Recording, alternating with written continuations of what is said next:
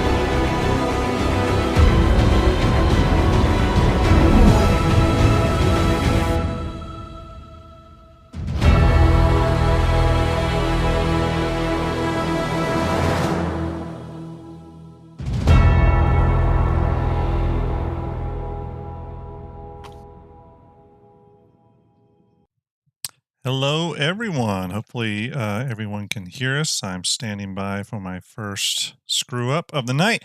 I am Grim, Grim from Starjump. As always, I have Ender with me, probably sitting to my left or right there. And of course, VMXEO is with us tonight. How you guys doing? Doing great tonight. How are you? Doing really well. Doing well, yeah. As everyone knows, and you probably saw on the show open, Starlet's name. She's still with us here in spirit. She is, of course, still on sabbatical from Starjump Station. She is very much, still Starjump and working on Fleet Viewer and other things. But she wanted to take a break from Starjump Station, focus on some other stuff. Totally get that. So while she's doing that, we wanted someone to be able to throw ideas and discussion off of, and couldn't think of anyone better than our good friend VMXEO from StarFab, who of course has helped us on cinematics, especially the Drake one that you just saw, as well as Starjump Fleet Viewer. So, who best to have someone like him on board to kind of chat with us through Star Citizen stuff. that being said, we got a bunch of stuff we want to go over tonight. We're going to be talking Citizencon, and yes, I know every show has already done that. They probably done it an hour, 2 hours after, the day after, whatever. We're coming in a few days after, which personally I prefer because it's given me some time to kind of think about the panels and not be so reactionary towards them and just say, digest it once and then respond. I feel like I was able to watch things a few times, try to pick out some small details and whatnot, either things I liked and didn't like. So I kind of like coming at it a few days later than everyone else, especially, and maybe looking at it from some different perspectives. We're also going to be talking about some Starjump Guardian stuff. We're going to be talking about the Starjump Fleet Viewer contest that just ended on, what was it, September 30th. We do have some winners, and we're going to go through that.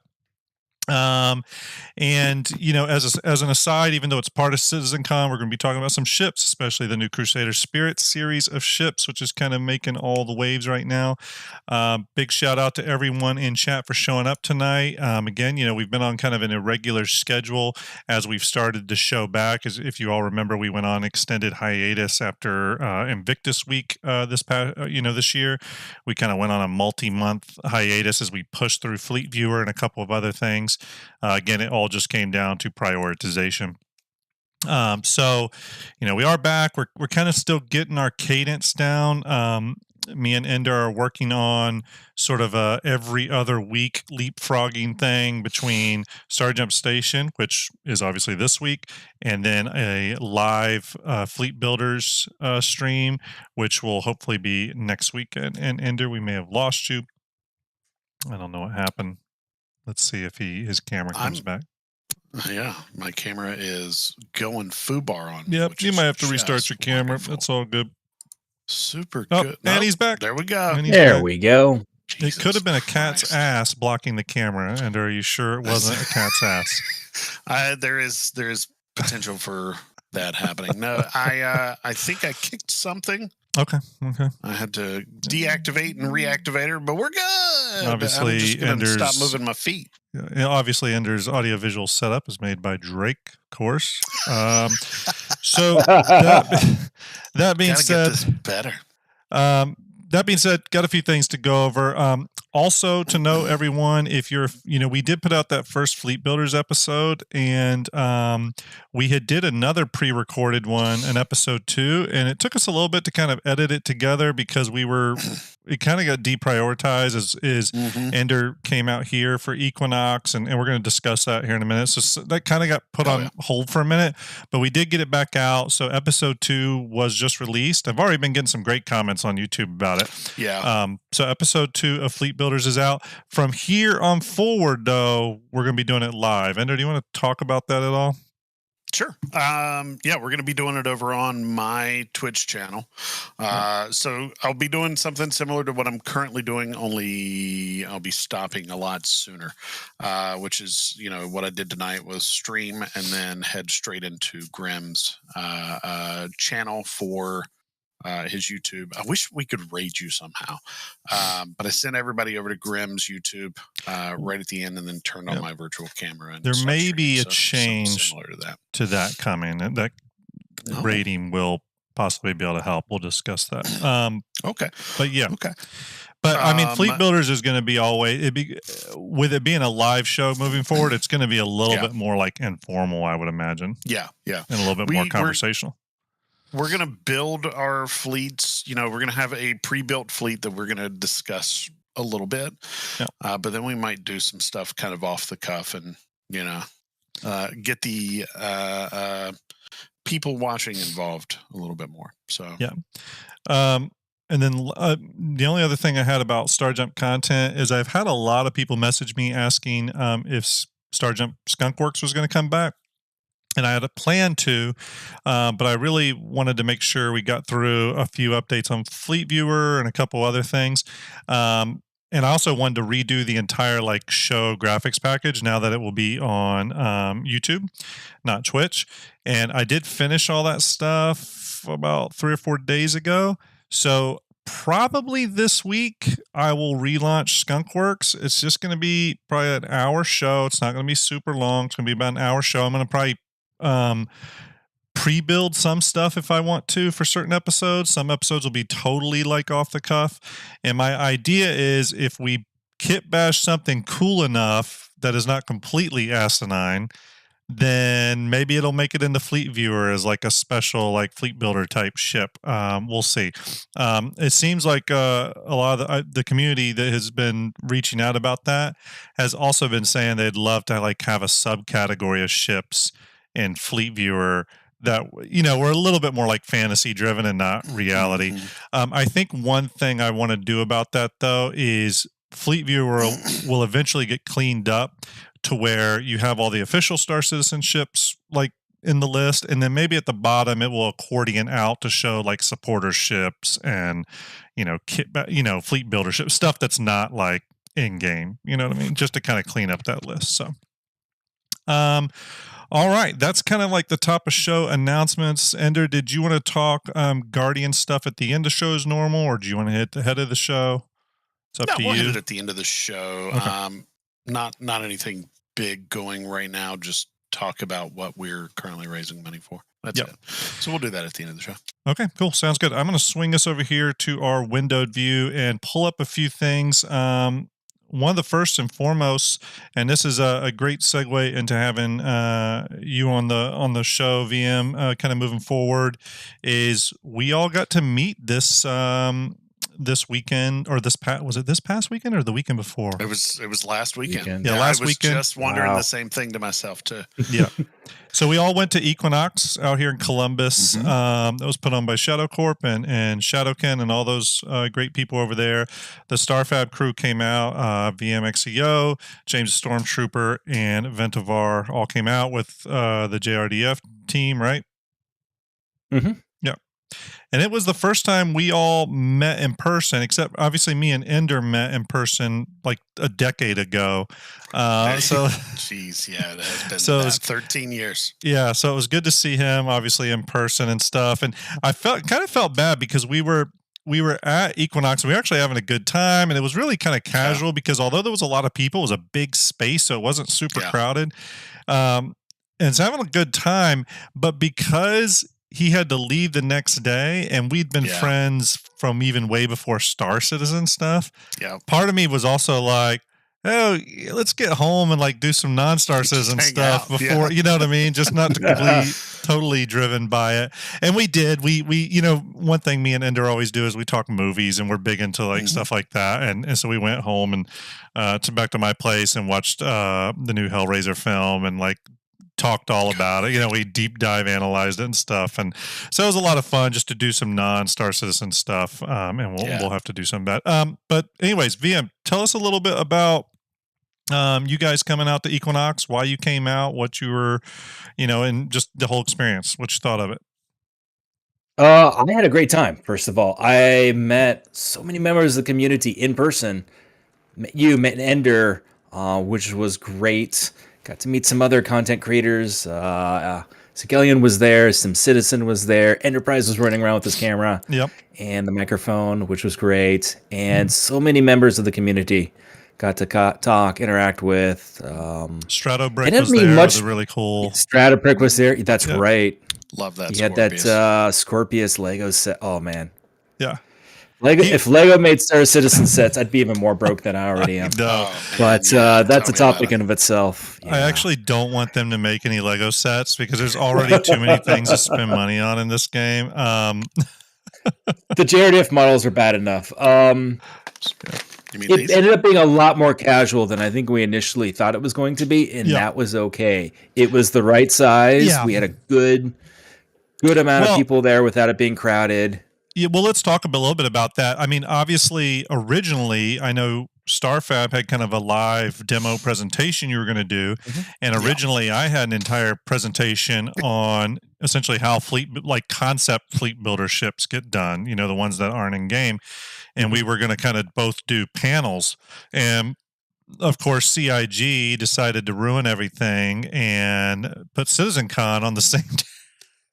But it actually was cool because we ended up getting to watch Citizencon and the place they were having it at, which was an awesome place. And here's the thing, I forget the name of the place already. Andrew, do you remember Game Arena? Was it Game Arena? Game Arena. Yeah. I have to say this too. The last Bar Citizen event thing I went to, the wait staff, I forget the location of it and I won't even name it, but they were horrible. They were rude and stuff. The wait staff, everyone working at Game Arena was awesome. They were very accommodating to everyone, very nice. So it was just a good vibe the entire night, or the entire day. It was really, really cool. Yeah. I hope they do it again. That's a great venue for a watch party. It's just a great venue in general. Yeah. Sounds like we have quite a few people in Ohio. That's awesome. We'll get back to so soon. So all you people in Ohio, and honestly, all you people anywhere, very soon. Not that's going to happen very soon. I think we're targeting maybe next spring, but me and Ender are wanting to do a big Starjump Bar Citizen meetup kind of thing. And so we're working on that. We'll probably start even soliciting some ideas from people. Like all Starjump things, I think we want to kind of make it a little unique. I mean, drinks are great, but we do want to do something maybe that's a little different. We got to think about what that is. We originally wanted to do it this fall, like now, but I think we're targeting maybe something more like a digital, like sort of Bar Citizen for like the winter, and then in-person thing for them. But real quick, Ender, you held up your arrow. I will hold up this. I walked away from the event with this. Went ahead and dropped the wallet on the counter and got the Carrick, and wasn't too big of a surprise to pick it up for me. And I'd been heavily considering it for a while, and watched a lot of the streams where the Carrick was being worked on. It was just a matter of time. I really like the 1/500 models, and I think I'll pick up a lot of those. I think Dargenator mentioned in another stream how the MSR is getting close, and that would be awesome. So anyways, Equinox, had a really good time. To kind of celebrate that a little bit, we did put the Equinox Polaris. The Polaris is like Equinox's like little logo ship. We put that into Fleet Viewer. It might only be in there for like a limited time. I am going to start doing that with some ships like this that we put in for special events. It'll be in for a limited amount of time. But the Polaris Equinox is in right now. You can check it out. It's an all black and red Polaris. So using the new Polaris model, I went and redid a bunch of work on the model to make it a little cleaner. So all right, so that was Equinox. Again, it was awesome seeing the StarFab guys. All you were really awesome. It was cool to meet, and hopefully we can do it again sometime really soon. So, especially if they do like an in-person Citizencon next year, that is something I would go to, I think. So I think there's a good chance of that happening. Yeah. Based off what they said, it would be really cool too is if they did an in-person Invictus sort of thing. Which I know Invictus isn't really that type of event yet, but if they did, but they themed it all like it was kind of like an air show sort of event, or like if you go to like the Air Force Museum where everything is like done up RP style to be within like UEE lore, that could be really cool. Just saying, CIG, I got ideas for days. Tap me. That sounds like JRDF needs to make a 1-to-1 F8. Hey, these ideas just flow out of me. 1-to-1 F8. My backyard's going to need to lose some trees. Real quick, again, I do want to move us into Citizencon because we have a lot to review. So I want to go ahead and get into the next thing really quick. We did have our Starjump Fleet Viewer contest. We had CIG reach out and want to work with us on a contest to celebrate Fleet Viewer. And they offered up a first, second, third place prize. Hercules C2 for first place, an Origin 400i for second place, and an Argo Raft for third place, all with LTI. We had people submit their most creative Fleet Viewer images, and we picked 3, and I gotta tell you, it was hard, and it was and the judges were myself, Ender, Starlet, and VMXEO. All 4 of us were judges, so to kind of whittle it down and narrow it down, it was tricky, and it took a while because we wanted to sit with the images and kind of study what we liked about them. There was some unanimous stuff, some non-unanimous stuff that we kind of had to kind of agree on, and I think we ended up with 3 great winners. And that's not and if you did submit to that and did not get chosen as a winner, all I can say is it probably wasn't due to a lack of it being a great creative fleet viewer image. There was so many good submissions, but we picked 3, and we can maybe tell our reasoning behind those 3. I'll go ahead and put those up. The first place winner, actually, you know what, I'm gonna start with third place. Our third place winner was, let me go to my notes here, was, if I can get this name right, Alaric Enslin. He took home the Argo Raft with LTI with this image here.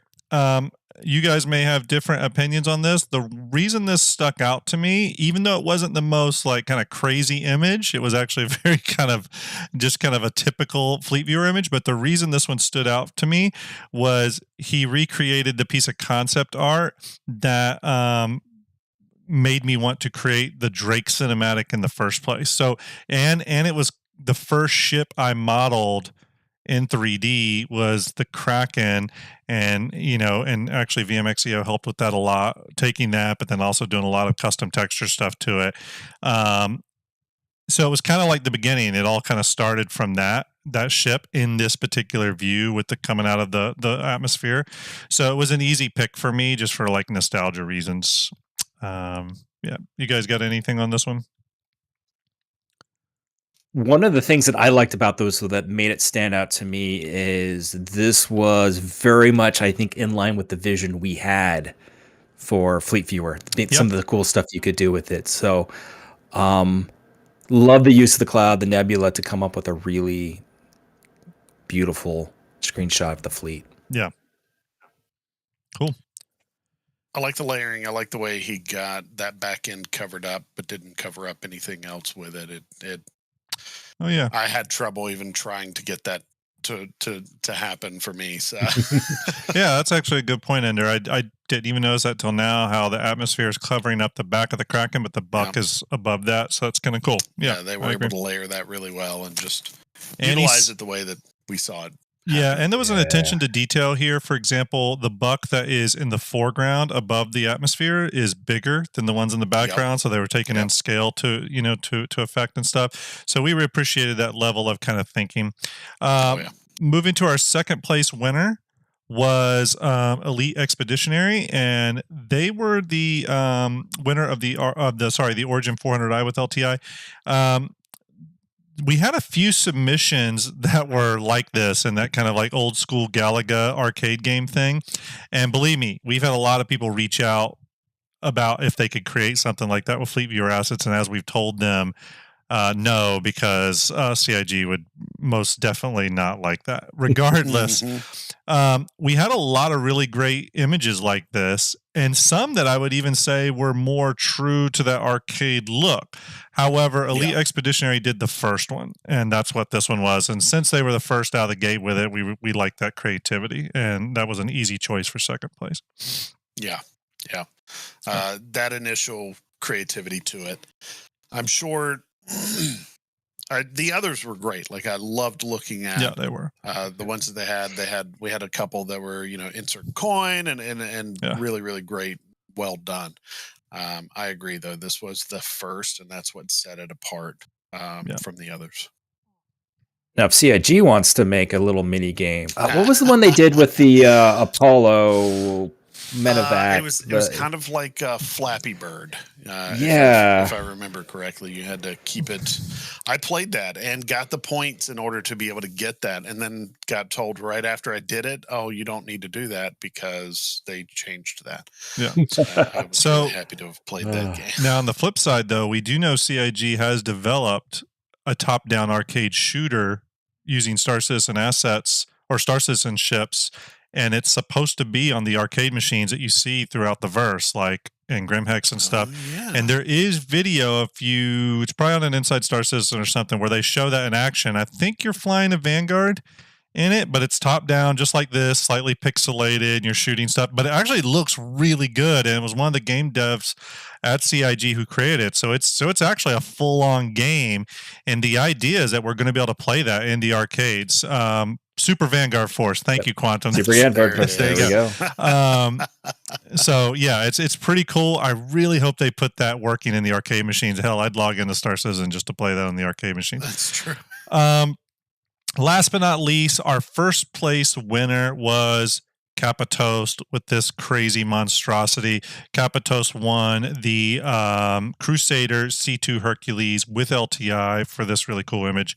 Another image that we had shots like this that were similar to this, where it was some sort of kind of robot thing. I'm pretty sure this was the first one, but regardless, even if it wasn't the first one, I think the thing I like the most out of it is it seemed the most thought out. And it was really cool the way they used parts and pieces. So I think there's Endeavor modules that make up the shoulders and stuff. And all the pieces just seemed like they were put together in a way that felt almost kind of believable, where some of the other robots just look like ships connecting. This one actually felt like it had weight and structure to it. So, yeah, what'd you guys think of the first place winner? I love the use. Oh, go ahead, V. Oh, sorry. I was going to say, we talked about the things that we intended to do to see come out of the Fleet Viewer. This was not one of them for me. I saw this and I immediately said, was completely shocked and unexpected. I love it. Did it, like you said, great job. Very much has that weight. Yeah. Yeah. I like the way that they were able to kind of convey that weight using like the freelancers that make up the front. You know what I mean? That make up the knees. It's like, I don't know. When they put this together, they put a hell of a lot of thought into it. Yeah. And just knocked it out of the park. And they used a majority of the assets, including the jump gate. So pretty proud of that. It was, I mean, yeah, they use the hanger down there as like the pedestal. And I don't know if that's the jump gate. I think that's the Endeavor particle accelerator module or whatever that round ring thing is. It does kind of look like the jump gate from this angle though. But really cool images. Again, appreciate everyone. If you did contribute to it, thank you again. We're going to be doing more contests with Fleet Viewer in the future. We don't want to wear out our welcome with contests and Fleet Viewer, but I think maybe when we do the next big update, which very soon me and Starlet will start regrouping a little bit on our to-do list. There's about 100 things in the to-do list for features. I know some people have asked for things like grouping of ships, being able to lock individual ships so that they won't jump up your layer stack. I know people have wanted a menu, sort of like Starship 42, where you can see all the ships and select your number and then it populates it all at one time. So we're considering all that, and we'll definitely get to it. Speaking of Fleet Viewers, I had another great conversation with Lunfasy at Starship 42 just the other day regarding the Spirit, and we were talking back and forth on its model. And again, it's really cool that again, not competing products, they're very much complementary to each other because they do very different things, in my opinion. But it's really cool that like another Fleet Viewer, I can communicate with them and we can kind of collaborate on things. And again, we share models, we congratulate each other on stuff. So it's really funny sometimes. I think I saw in some Facebook group for Star Citizen the other day that I was just lurking in. I don't actually, say, hey, I'm a Fleet Viewer, the Starjump Fleet Viewer guy, but people will be posting Fleet Viewer images in there constantly. And you'll see these arguments pop up in the chat where someone says, oh, never abandon Starship 42. And a lot of times I just want to chime in there and go, no, you shouldn't. You should use all of them. I don't understand this competition stuff. But anyways, Fleet Viewer contest, it was a lot of fun. Big thanks to CIG and Xylo especially for reaching out and helping us with that. And I know there's been some discussion about Xylo wanting to help out charity endeavors with Starjump, which we'll get to when we have more information on that stuff. All right, so should we get moving? We have a lot to cover. We want to talk about Citizencon. But real quick, before we jump to the individual panels, I only want to spend a second on this. Ender, what was your thoughts on Citizencon this year, just from an overall thing? Do you like the remote kind of prepackaged thing, or do you want it to be in person and live and spontaneous? I'd love it to be in person and live. I'd love to be able to actually go to a Citizencon and see everybody there and just talk to them. Yeah. But we're dealing with what we got right now, and overall, I was really happy with what came out of Citizencon this year. So, can't wait to be happy with what comes out of it and saying hello to everyone that I can at the actual event. So, Yeah. VM, what about you, man? Yeah, given the circumstances, I think the video panels were great, well put together. Love seeing the new set for Jared's little talk show there on the Connie. But yeah, seeing it live, even if they do live with video presentations, a mix and future Citizen Cons, Yeah. I think the information will still be there. I think we'll still enjoy it. Yeah, I do too. I mean, I think, again, I'm surprised that they were able to put so much into it and stuff when they're so bogged down with the journey to 4.0, as they call it, and all the work they're trying to do right now for 318. And a lot of people keep forgetting about 319. We're gonna have a 319 patch in there. They've already mentioned it, and I can bet that 319 is gonna have a lot of technological milestones as well. So they got some really heavy patches ahead of them. And I'm sure things are pretty crazy in the studio right now. So again, the fact that they were able to get I thought some really interesting panels, and we're going to get into those. I thought they got some really interesting panels and showed us some really cool stuff. Even though they're at a weird place where they've showed us Pyro, but like we're on that path to Pyro, but Pyro's also not the next patch. It's probably not the patch. It's not the patch after that. So we still got. So they're in a weird place where it's like, how do you show stuff big enough to warrant it being a CitizenCon video, but at the same time not show every card you have? Because again, while this game is an open development, you do have to keep some things behind the curtain a little bit to build up hype. We need some hype built up because that's how you pull in players, right? So, so I know it's a tricky thing for them to try to balance. So, but I thought all the stuff was really pretty intriguing, and let's dive into some of that. So let me pull up here our first panel, and I got my show notes going here. And anyone in chat, if there's something you thought about the panels we're discussing that was interesting, put your comment in chat, or if a question, just bracket that, and we may address it. Also, I haven't addressed our stream elements yet with links to our Patreon and merch store and all that stuff. We'll have that working for next show, but most of you all know where to go. So let's go ahead and jump into the first panel. The first panel was Planetary Pyro. I'm just going to hand it over to one of you to start off with this one. I mean, it's pretty obvious what this was about. It was all about Pyro. So who wants to start off with this one? V, I'll let you start on this. Gonna put me on point on this one. Two thoughts on this. One is, to be honest, during CitizenCon, of course, we were all at Equinox. Yeah. I wasn't paying that close of attention because I was talking. Not to what was being said, I should say, but the visuals did grab me. Visuals did grab me. It was very distracting. Something that really grabbed me with the Pyro planets is the art direction style they were going for. Moved away from the more familiar, almost hard sci-fi rocky moons that we're used to into alien worlds that look more almost in line with what you'd see in No Man's Sky, but still very grounded and realistic. That red vegetation, the looping rock formations, the ice crystals on the looking rock formations on the grounds. Mm-hmm. A very different direction to go for Pyro, and I think I actually like it. So I'd be curious to see if they keep pushing that art style, not just with Pyro, but with other systems. So as we explore, we'll find some truly alien worlds that we'll end up stepping foot on. And do you think that, I mean, obviously they've been working on Pyro for a while, and the entire plan, in their release plan, and they've stated this, is to release Pyro with server meshing, right? They've stated that. We know that. Mhm. I think it's been up to only just recently, though, that they've been able to even sort of target where Pyro is going to land. And yes, it was 4.0, but they never said that, well, 4.0 will be after 319 or anything like that. They've said 4.0.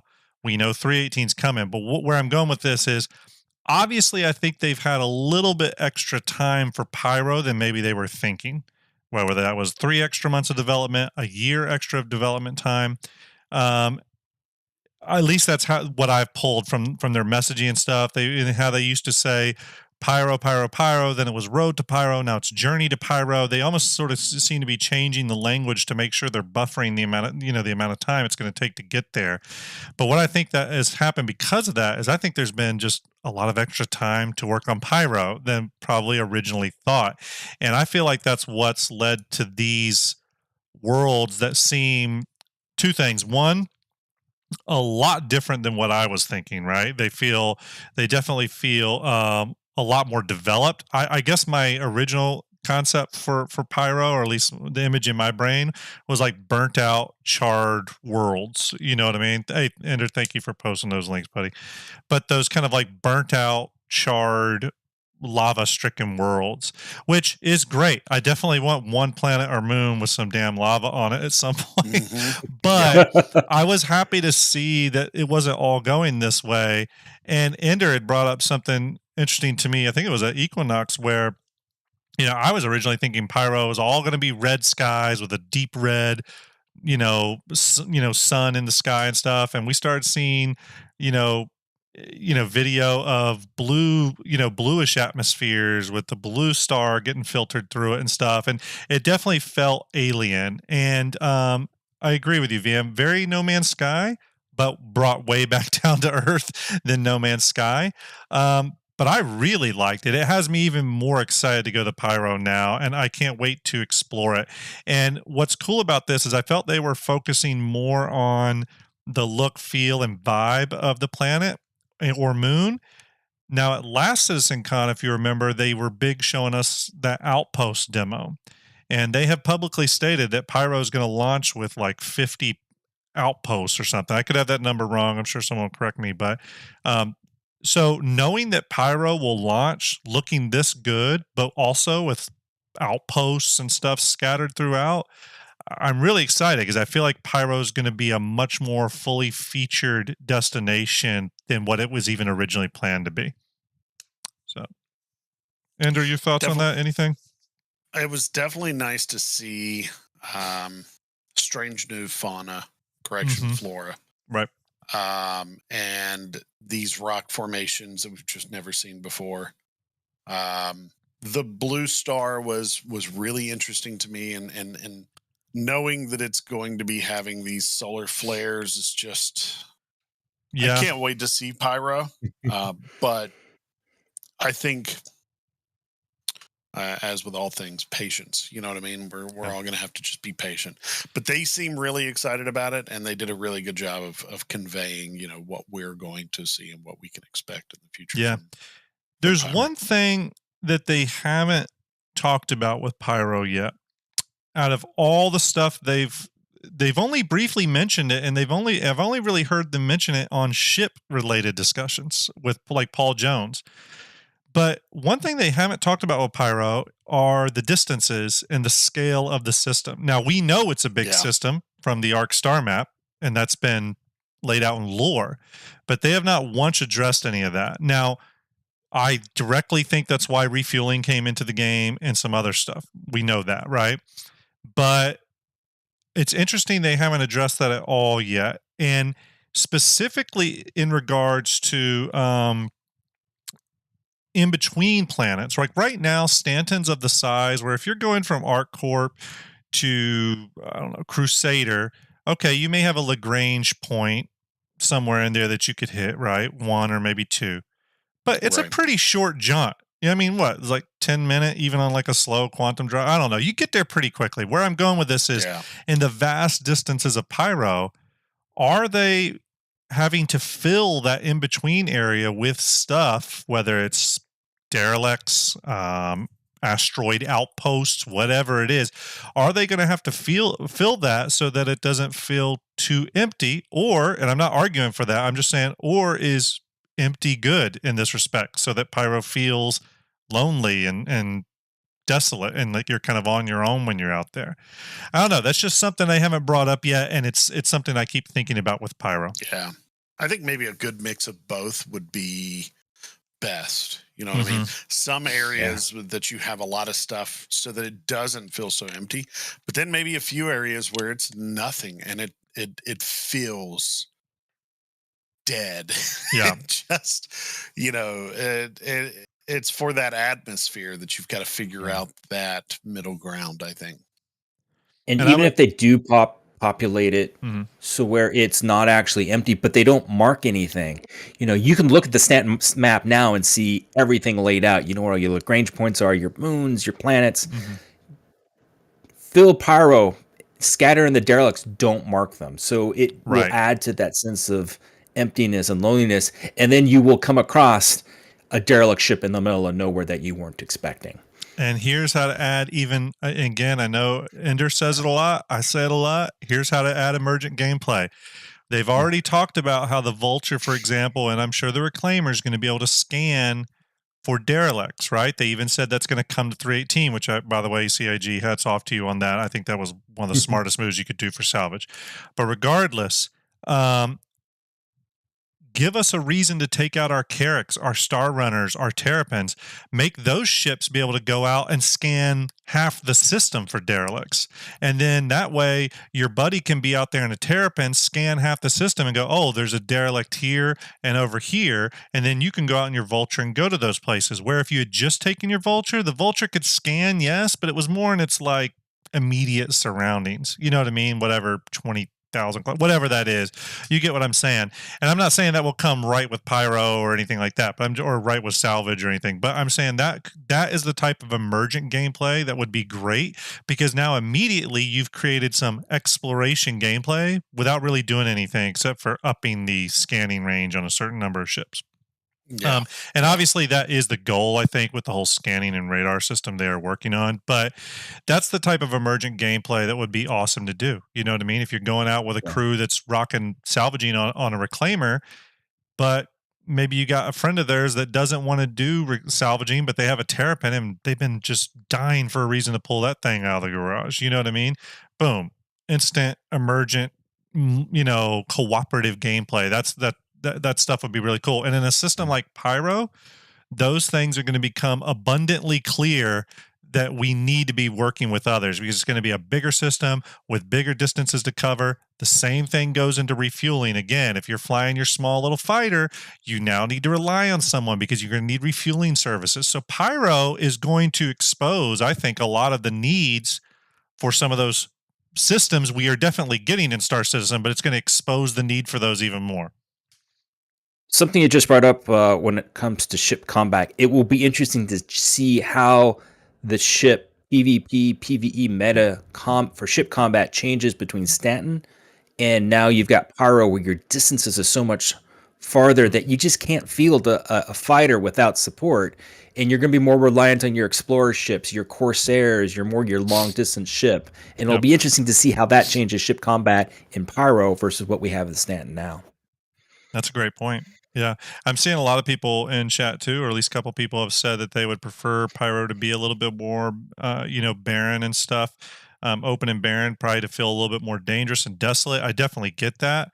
I think what that then plays into, if they were to go that route, and I've said it even recently, that's going to put a lot of weight, as it should, on Quantum, and Quantum generating missions in certain areas based off certain numbers being hit, or certain things being weighted in certain ways, or procedurally generating derelicts based off certain needs, or whatever. And again, not to say that Quantum's coming inside anytime soon in that regard. We know Quantum controls a few commodities right now, but it kind of gives you an idea of how all these systems play into even just the vibe of a system. If you take Pyro and you're big on Pyro being this like barren, desolate place, well, you still have to have something to do. And without putting space stations and stuff scattered throughout the system, we're going to need something like quantum to populate that with something to do. You know what I mean? So again, it's that stuff's really interesting. And one thing I will say is whenever I think about Pyro, and then eventually Nyx, and of course Odin, which is the Squadron 42 system. Whenever I think about these systems and stuff and how great they're looking, I do hope, and I'm glad to see that Stanton hasn't been totally forgotten. We're getting the Lorville redo, which we're going to talk about a little bit later. But let's not forget, there's other things missing from Stanton. We're still missing the Aaron Halo, or the actual gates for the Aaron Halo. They have showed those off before. We don't actually have the gates. I think that would be a really cool additional rally point for miners and stuff to use in the game. And then boom, if it's a rally point for miners, well, now it's a rally point for combat pilots just by or pirates or whatever. So again, I think those getting in, it's nice to see that Stanton's going to come along for the ride a little bit with this whole Pyro, the new tools and stuff that have been developed for Pyro. Yeah.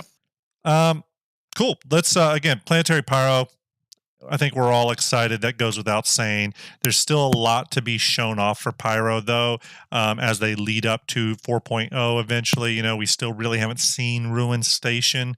They have started dropping the name Ruin Station a little bit more now instead of just Pirate Space Tunes. So Ruin Station, the distances in Pyro, what the jump point on the Pyro side looks like and feels like. We haven't heard a lot about that. So still a lot to be revealed on Pyro. Next, we had design brief investigations. Now, this was a panel that I had to rewatch a couple times to kind of fully digest what they were actually saying in this. But I'm going to hand it over to you guys again first. What'd you think of this panel? This is, again, one of those design brief panels. I think they've done these in the past where they're kind of half stuff they're working on, but half still kind of conceptual, and you can tell it's like in the middle of that development pipeline.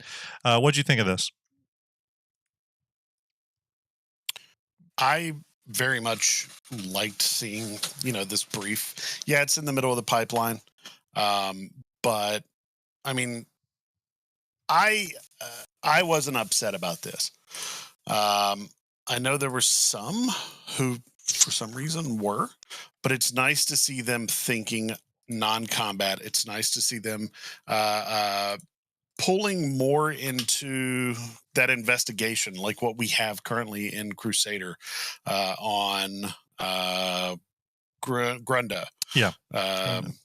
Shipping post Grunda. I personally am a humongous fan of that, and the idea that we could have larger versions of that are great. Yeah. I would like to see if perhaps there's going to be like a mix for these, because they said that they were going to be larger scale. So they're going to span multiple, it seems like, I should say, that they're going to span multiple places. Mm-hmm. And it'd be nice to see if maybe it could span multiple places and multiple jobs. Maybe I go to this derelict, find information, and go to shipping hub Grundo or wherever, find some more information, and then I have to go pick a box up from this bunker over here and carry it back to Hurston and drop it off on somebody's desk. Yeah. That nice mix of things would be good to see, and just the ability to not be focused so much on combat. I like FPS combat, I like ship combat, but I don't want to always be doing it. It'll be nice to do something else. And for me, I'm not much of a cargo runner, so this investigation really speaks to me. Mm-hmm.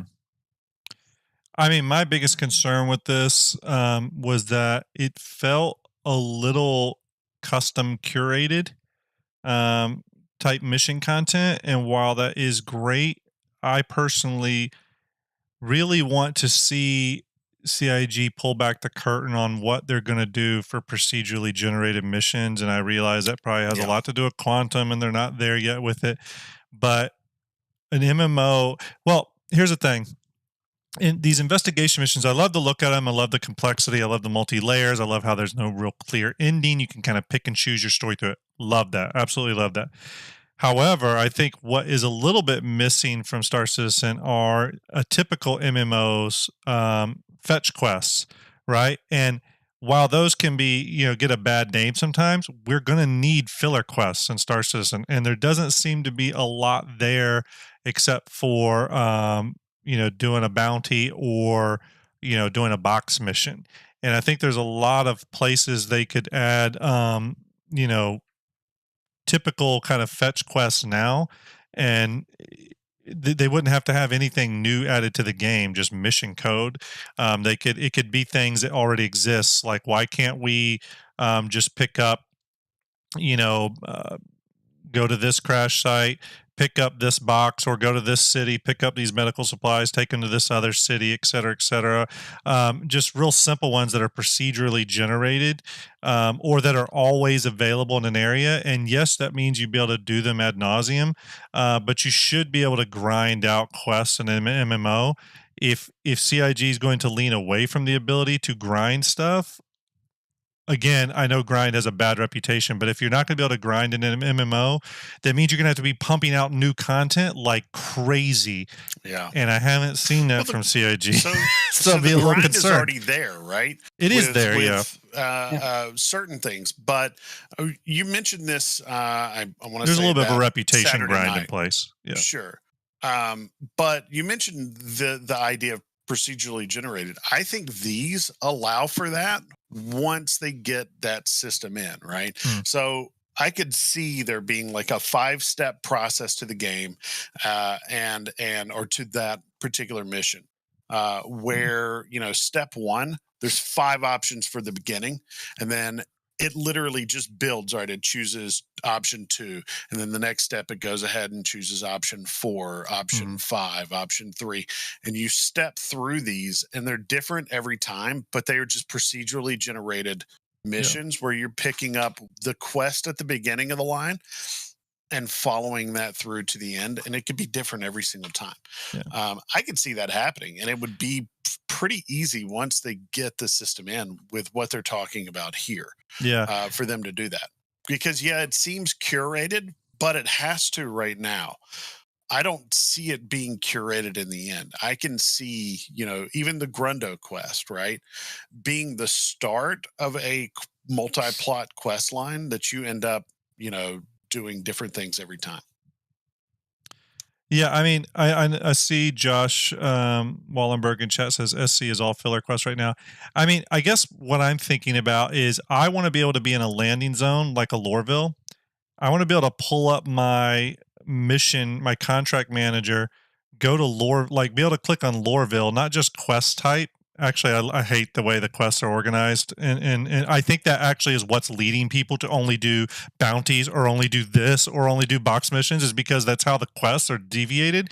I would like quests to be more like location based, like they are in something like a World of Warcraft or something, where when I go into a little village, there's a bunch of quest givers in the village. If I'm in Lorville, I want to be able to pull up the Lorville quest contract log for all the contracts that are currently available in Lorville. Some of them could be shipping, some of them could be combat, some of them could be chain quests.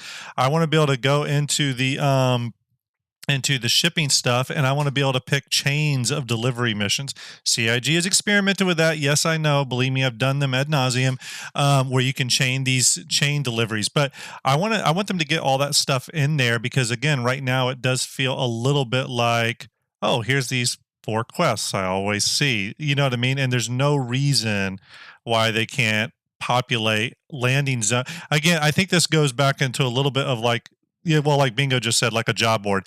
A job board, essentially. Now, the job board could still be on your mobiGlas, but I think it should be based off your location, not based off the mission type, because to me, that's kind of, it feels a little bit like out of game. Whereas if it's a little bit more location based, or if not location based, then maybe it's a faction based, whatever. The missions feel like they have a little bit more like role play going on with them, and like you're in the verse. Like it feels weird, for example, that I'm in Orison and I'm getting like contracts to go kill somebody. You know what I mean? Like, it feels like I should maybe have to go to a specific office for that stuff to come in, or maybe reputation based where my Moby Glass unlocks that type of stuff. I don't know. Missions are going to be kind of difficult for them to dole out like that, because at some point you just need to make it easy for people to like find and accept them. But I do hope that there's some thinking going on there. I like the mechanics of what they described, but in line with what you said, I would love it if the location specific stuff, like you said, you had to go to a specific location. For instance, if you were doing a criminal delivery mission, going into a bar to meet your contact, or even getting the job because you bumped into somebody, Exactly. in the old Grimhex 38 bar who gives you the mission, having missions where you maybe not even have to go off world. Maybe you're just exploring parts of the city, going to specific building landing pads and going into the interiors that they've talked about building out. Give you reasons to run around the city more and do the investigations would go a long way to making the cities feel more alive. Totally. And you just said it way better than I did. It's the idea of, if I find this really cool mission because I went to some seedy dark alley in the back ass end of Lorville or wherever, and I find this person, this NPC back there who hands out a mission, what's cooler, telling a friend of mine, oh, you need to go to this dark alley, it's on over here, I'll lead you to it, or pull up your motion glass or your Moby Glass, go under investigations, and it's listed here as investigation 025. So, it just seems a little actually, I'm gonna actually say I think we're speaking on something that it's too early to say they're not going to do that, right? I agree with that. And right the locations may be system based. Do it. Yeah. See, right now the easiest way to do it is Moby Glass, but in the future, they've got to know that the best way to do it is to put it in there's some stuff in Moby Glass, like my bounty hunter missions. Those should be in the Moby Glass. Those are going to be posted everywhere, right? But even now we get stuff that pops up in our Moby Glass that are messages. Hey, come see me. I have a job for you. So they're already starting that. And we don't have to typically go into our Moby Glass to do it. I'll see it pop up on my Moby Glass every time I go to Area 18, come see me. And then I have to locate that quest giver and speak to her. And if my rep's not the right rep, I'm not going to be able to talk to her the way I want. She's not going to give me what I want. But if it's low enough in certain areas and high enough in others, she's going to give me a job, but I have to talk to her to do it. So they're already kind of doing that. They're just not doing it on a wide enough scale, but it's too early for them to do it on that wide scale, right? Because it's all in early alpha. I think in the near future, we can absolutely guarantee we're going to see exactly what you're talking about here, Grim. Exactly what I think all of us want is that emergent, oh, I was in that seedy bar and sat down at this table and this person just approached me and sat down. Or I sat down at a table with this person and they did that. And we'll be able to tell our friends that rather than open your Moby Glass and go here. And I will counter and say, I hope that's what they do. I wouldn't say I've seen evidence that they're heading that direction. I would say I've seen evidence of them leaning very heavily onto the Moby Glass, which again is fine, but maybe it's in our Moby Glass. Moby Glass populates obviously differently based off where we're at, but I really, besides a few mission givers, I don't know. I don't really feel like we've seen them leaning into that. I mean, we saw Moby Glass redo at Citizencon, and we saw the new efforts being put in there, but I don't know. We'll see. I've seen more in the recent updates of the hey, come see me missions popping up than I have previously. But it's popping up on your Moby Glass. Well, it's, hey, come see me on the Moby Glass, but it's just a message telling me to go see them. It's not a mission, right? I still have to go see them, but they have to send me a message to say, hey, come see me. Now, it's not the random encounters, but I think we're moving towards that rather than away from it. Because we've got right now just the 4 or 5 mission types, a couple of investigations, and that's getting heavier. We've got the derelict missions, we've got delivery missions, we've got bounties, right? Well, the deliveries and the bounties, it makes sense for that to pop up on the Moby Glass because we need to do deliveries. So once we start getting those investigation missions like what they're talking about here, they can start procedurally generating more different kinds of missions. Maybe I'm in a bar and somebody approaches me, hey, uh, you've got a reputation for being able to deliver, whatever, Mhm. right? And doing that. But I think that we need those missions to be more varied before we get it. And I think, as you said, I think Quantanium plays into that Yeah, quite a bit quantum. Yeah, and real quick, before we can really guarantee we see that. yeah, it's a good point. And we got to move on. Death Trooper, yes, I think that was. I think I do remember that sort of being the thing. Was supposed to be sort of like guild halls with the bartenders and stuff. So again, it's hopefully we see more of that. We do have to move on though. We got a lot of panels to cover. The next one was New Underground. Now this is the one that I personally didn't absorb a lot of. Did either of you two? I did watch this one once, but this was the one I watched at Equinox, and I never found my way back to it because it never populated in my Citizencon video like watch later list. So I missed this one. But what are you guys' thoughts on this? Anything to say about this one? Worth a rewatch. Definitely worth a rewatch. This Okay. was kind of a surprise, the amount of detail that they've already worked into the new underground systems. Very elaborate. Much more than I think I was expecting, a little bit like a larger version of what we have now, maybe procedural, but they've built these to be with enough flexibility to be very, very large. So, and I did watch some of this. Again, not all of it. One thing I was thinking about though when I watched this is a total tangent for just a real quick second. And Ender, I don't know VM if you ever played Warcraft, but Ender will know this. You know what this immediately made me think of? It would be kind of cool if you could land at some underground facilities on some of these planets and take transit from underground to other landing sites on the same planet through underground railways and stuff. I thought that'd be really cool. Again, just add to the depth of the stuff. But regardless, I'm tangenting. I didn't totally absorb all the context in this panel, but the visuals looked really cool. Visuals were really good. I think there's a lot of potential for procedural generation where it's like you've got an entry point, say at the bottom, and all they do is say, okay, we want 30 of these underground on a planet. These are the assets that you have to choose from. Build them. And maybe they have, I think they're going to start at the surface level. It's going to be more of a city, right? And then as you go deeper into that and lower underground, it's going to be more city and stone, and then just a cave, and that cave entrance is your back door, and you're able to fly or drive in there. But I see a lot of potential for procedural generation in this, and I think it's really, really cool. Were these labeled as like generic facilities, or were they like, hey, this is a big salvage yard, this is a refueling depot that you can land at and explore? Were they themed like that, or were they just presented more as like, here's this facility? And the reason I asked that is because remember they showed us in Inside Star Citizen recently that big refueling ground station. It was like a big refueling place, which looked awesome, by the way. And I'm not sure. I know like the one that they showed here was a bearing place, so it was a weapons manufacturing plant. But I'm not 100% sure if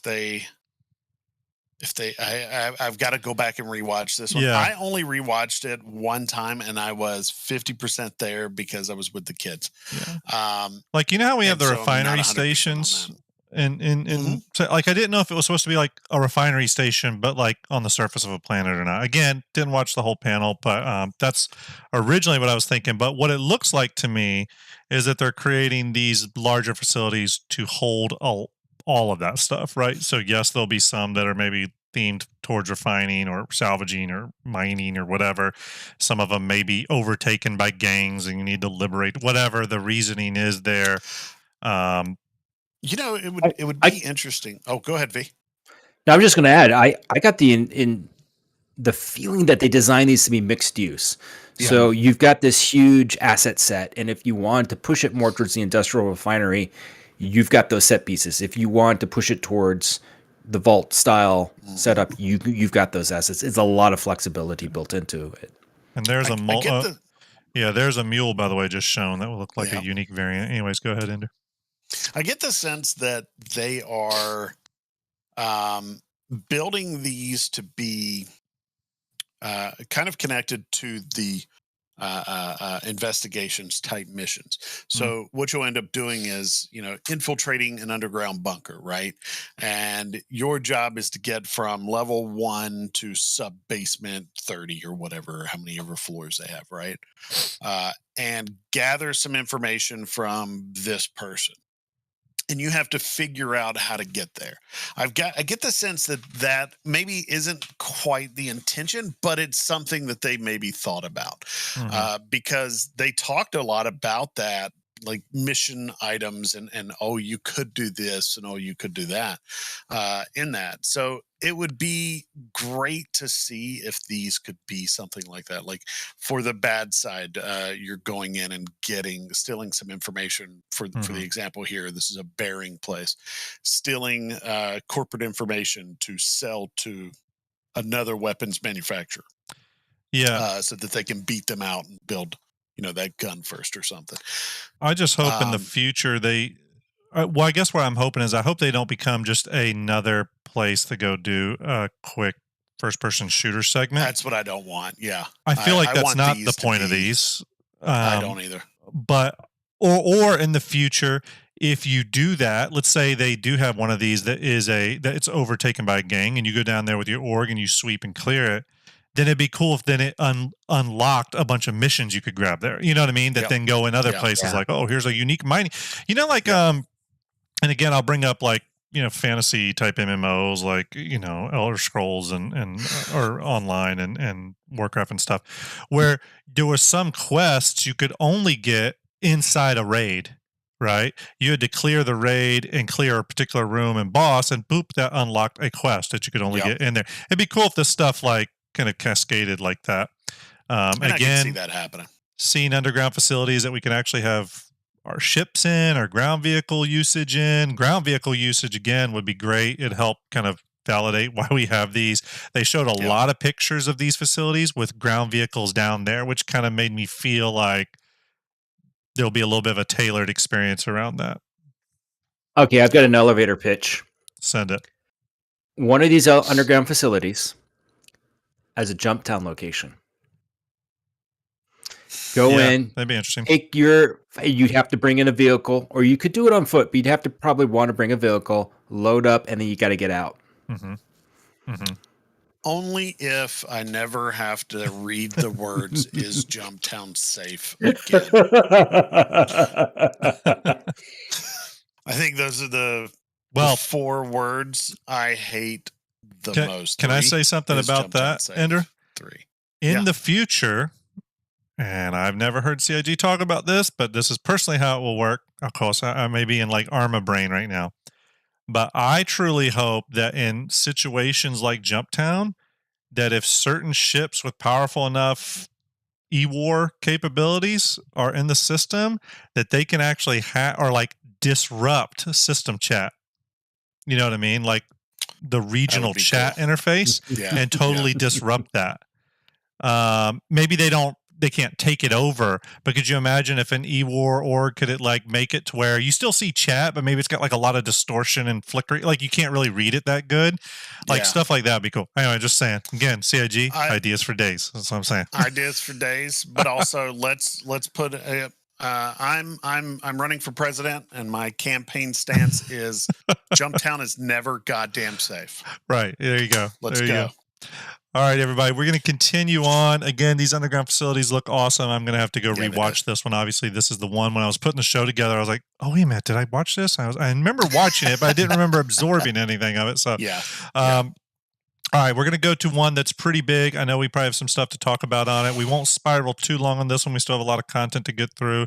But the next we're going to talk about is the need for multiple speeds, specifically known as master modes. I'll go ahead and put my thoughts on this one in because my thoughts are pretty straightforward. I actually watched a video by Avenger 1 today where he broke out the regions of speed that combat occur. And while I agreed with him on his technical points of where speed occurred, I think one thing he wasn't totally highlighting was how people fly in Star Citizen regardless of the speed they're in, whether they're slow, fast, medium, in atmo, not in atmo. And the reason that people all fly in this jousting type style is because that's what they're used to, right? That's the technique they're used to. So even when things do slow down, they're going to attempt to do it that way. Hopefully it will not work out great, but regardless, I'm a big proponent. People have not been shy about this. I'll tell anyone that works for CIG this. I don't really care. I think Star Citizen ship combat is garbage. I think it's been garbage for a long time. It's not fun. There's a lot of games out there that are way, way, way better.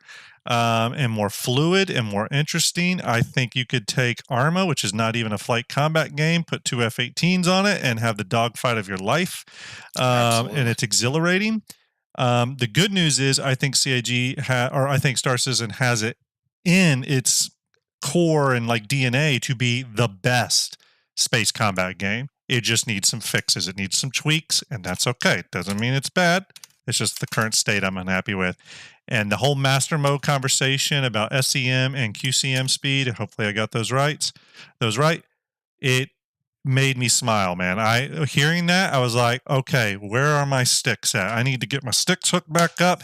I need to get ready to go. Need to get the strap-in seatbelt here on my secret lab chair. Like, it got me excited to do combat, to be totally honest with you. It actually got me excited to do it, which I think is a positive thing. You know what I mean? And I applaud CIG for saying our ship combat in the PU is not right. It's not right.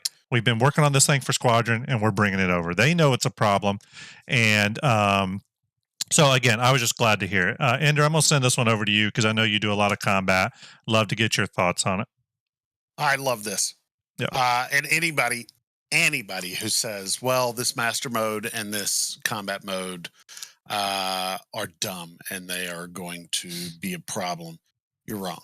Okay, I get it. You're worried that you're not going to be able to run away from a fight, for example, but you're easily going to be able to run away from pirates because even though you don't have shields on, you're moving at double, if not more, their speed consistently. They cannot keep up with you. Yeah. And they will not be able to track you. They won't be able to fire on you. You are going to be able to run away with ease. And probably be able to quantum boost away before they're able to get out of SCM speed and back into... Yep, because it's going to take them time to switch between the two. And it should. Look, I don't want to have combat that is constantly two people flying at each other and then turning around and flying at each other. The jousting is dumb. It's horrible. I love the current iteration of combat in the sense that I like combat, but I hate everything about our combat system right now. I genuinely just dislike it. I only do it because it's the best way I know how to make money. And it's the closest I can get to what I want. This that we're seeing to my current left is the best thing in the world for combat. It is going to improve combat. I guarantee you everybody is going to love it. Griff says he's a bit cautious about the shield stuff. Don't worry about it. If I attack you in combat mode while you're in master mode and fire at you, my rounds are going nowhere near you. Yeah, nowhere near you. I am not going to hit you unless I am the absolute best at firing on you and being a fucking sniper. It's right now, the current ship dogfighting regime, to me, is heavily dictated by your ship's roll speed. Because when you fly past each other, whichever ship has the ability to turn around and hit its thrusters again to get back on target is the ship that's dominant. And every other bit of this ship is completely pointless, in my opinion, obviously, besides the size of the guns, but taking that aside.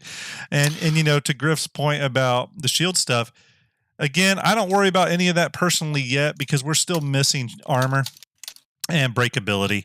And those things are going to be as much, if not more, important than shields on these ships. And then when you go into the multi-crew aspect ships, you're now talking about an engineering role who can then manipulate shield usage on the fly and stuff, and that may play a lot into it. I do recommend, if people are really interested in this topic too, to watch Ray's Guide. He just put out a video talking about this very thing, and he breaks it down about how it's not really 2 speeds that we're going to be dealing with, SCM and QCM or whatever. It's actually 4, and he breaks down why it can be separated into 4, and it's really fascinating. I do want to get him on the show at some point. I love Ray's Guides and his videos. But anyways, VM, before we head off this topic, anything you want to say about it? I'm not a huge combat fighter in the game. Yeah. That said, when I watch this, I hope that the changes help differentiate the ships and their handling more than we have now.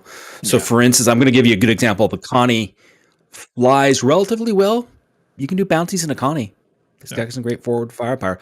I would love the Connie, just as an example. Don't flame me now. If it wasn't as fast, maybe it was faster on a line, but didn't maneuver as much. And now you have to rely on your turrets more, but also you've got that little stub fighter in the back that you can undock your Merlin, and that's your maneuverability. So things like that, you'll have ships that maybe will be better at getting away. We've got the Herald now that's super fast. Herald has no reason to stick around and fight. It's just going to book it out of there. Yeah. So I hope that this model change helps differentiates the rules even more. And I think that will make, if you do want to fly combat, great, you've got the right ship for it. If you're not, you better make sure you're going to fly a ship that's maneuverable and that has a great, straight line speed. So you can just book it out of there. I think it will lead to less a ship nerfing too, like out the gate, where a ship comes out first, everyone loves it, and it's the new meta, and then boom, it's nerfed into the ground because suddenly CIG finds that it's like too devastating. And we've seen that happen to ships like this. I mean, another one of the big ones I remember was the Prowler. Well, remember when the Prowler for a hot minute was like the best dogfighter? And it was never meant to be one. And again, I really hope this. I mean, out of all the panels, this is the one I'm waving my flag the biggest about, because I actually do want to dogfight. I love dogfighting games. I can get into Arma or DCS and have a blast. I love dogfighting in DCS. And I love that gameplay. I absolutely love it. One of the first videos I ever made in Arma 3, even before me and Ender started doing milsim stuff in it, was a video of me dogfighting in F-35s, and if I cut the footage together, you would swear you were watching a machinima of Top Gun Maverick. I mean, it was so interesting the way the planes are moving. I want to see Star Citizen there. You know what I mean? So I am going to be the biggest cheerleader for this, and that this solution works. Yeah. Last thing I have to say on this, it's finally going to make things like the Connie, the 600i. These are not going to be fighters anymore, and they currently are, and it's annoying, and they shouldn't be. I mean, especially like the 600i should not be like one of the best combat ships out there. I should never have to be concerned that somebody's in a 600i, and I'm like, oh god, I'm hunting a bounty in a 600. Okay, I'm gonna hunt that bounty in that 600 now because my ship in combat mode is going to beat it. And that's what's exciting. Yeah. And this is exactly the thing. I'll say one more thing before we move off. This is exactly the thing that's going to make, for example, the Corsair not be as scary as it sounds. Right now, the Corsair sounds so scary because it's got all that pilot-controlled forward-facing firepower. But again, when the Corsair is factored into its size category, I think it's listed at 55 meters currently, although I expect it to grow a little bit. It's probably grown a little bit in scale. But if it's in that size category, then it should not perform and be able to outmaneuver these smaller ships at that slower speed. It shouldn't happen. So hopefully we see that. All right, we're going to move on. Again, we got a lot of stuff to cover. Next, we're going to Lorville Reed. I want to hand this one over to VMXEO really quick because I know he had some real thoughts on this one. I will just point out, though, that Lorville is my favorite landing zone. Take it over, VM. Lorville, my favorite landing zone too. Just in love with the visuals, the redesign. I looked over and overall looks really good. I am excited that it looks like they're going to drop the no-fly zone. So I'm hoping that we'll get to actually get a lot closer. It looks like there's landing pads we'll be able to go on to. We've got buildings with roofs, and hopefully at some point in the future, those buildings will start to be explorable as well. But I think this is an important step to making Lorville feels very much more like a living, breathing city. Or actually, don't breathe. Yeah, don't want to breathe. You might not want to breathe. Yeah, I'll say this. I'll say this about the redesign, and we've seen this in subsequent landing zones, Microtech, and then Orison and stuff. CIG started adding more and more things into the city's capability, the landing zone's capabilities, based off what we were getting. So, for example, I said Micro Center, which is a computer store, Microtech. Getting the ability to spawn your ground vehicles and there being a ground vehicle garage, things like that. Rooftop landings for box missions, all that stuff. And then Orison brought some stuff too, right? What I hope this Lorville redo is I hope it encounters or encompasses all that and some future stuff that I think they know we're getting. And let me expand on that. CIG is definitely in the headspace of physicalized cargo right now and the cargo refactor. I personally hope Lorville has some places you can land your ship that are specifically tailored to that, even maybe more so than your personal hangar, right? For example, wouldn't it be cool if in Lorville or any landing zone, there was a hangar that you and your grouped with party member could both land in, like a dual hangar where you could switch cargoes with each other if you needed to do that, example, or trade or whatever that is. What if there were rooftop landings specifically for the hospital to be able to offload hospital patients or medical patients directly into the hospital without having to go through any trams, any of that, right? That type of stuff is what I hope we see. If we know mining exists, we know salvage exists, we know refining exists. Let's make some places in Lorville where those ships can fly directly there. Yes, I know it's in space stations, but why isn't there a refining facility on Lorville? Right? That type of stuff would be really cool, and it would make the landing zones even feel more important. Again, if all this stuff is just in space stations, then why are we ever going to go down to these landing zones? I will say that Orison getting that little go-kart racetrack, it sounds silly and superfluous, but again, it's another reason to go to the landing zone. To go. You know what I mean? And that's what we need is a reason to go there. You certainly don't go to Orison because you enjoy it. You go there because maybe you're a masochist or you have to. One of the two. I love Orison's look, but I don't go there because I hate flying out of Orison. Let me ask you this. Do you think that new quantum boost feature they showed off would work at getting out of the Orison atmosphere? Maybe, hopefully. I hope it will. I'm hopeful really cool. that is the case. If it is, as much as I love Lorville, Orison will be my new home because I absolutely, you know me, Japanese art, Japanese everything. I love it, and if you put me on a place where there's cherry blossoms every day, that's where I'm living. God, I would kill. That's why I loved DC when I lived there, is because of the cherry blossoms, and I think if Quantum Boost allows it, then But Lorville's my close second because look at this place. There's Griff likes to make the joke of I'm feeling oppressed every day. And you know what? Oppression is the name of the game at Lorville. But God, it's beautiful oppression. It's just a gorgeous, gorgeous place. And to see them improve it, I'm excited for it.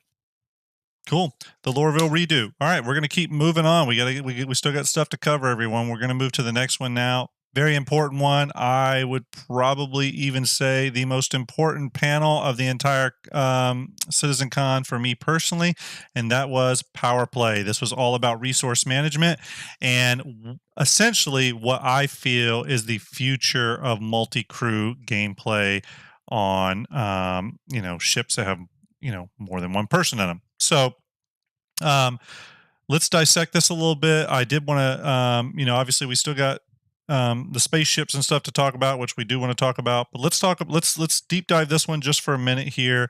I'm going to kick the conversation off.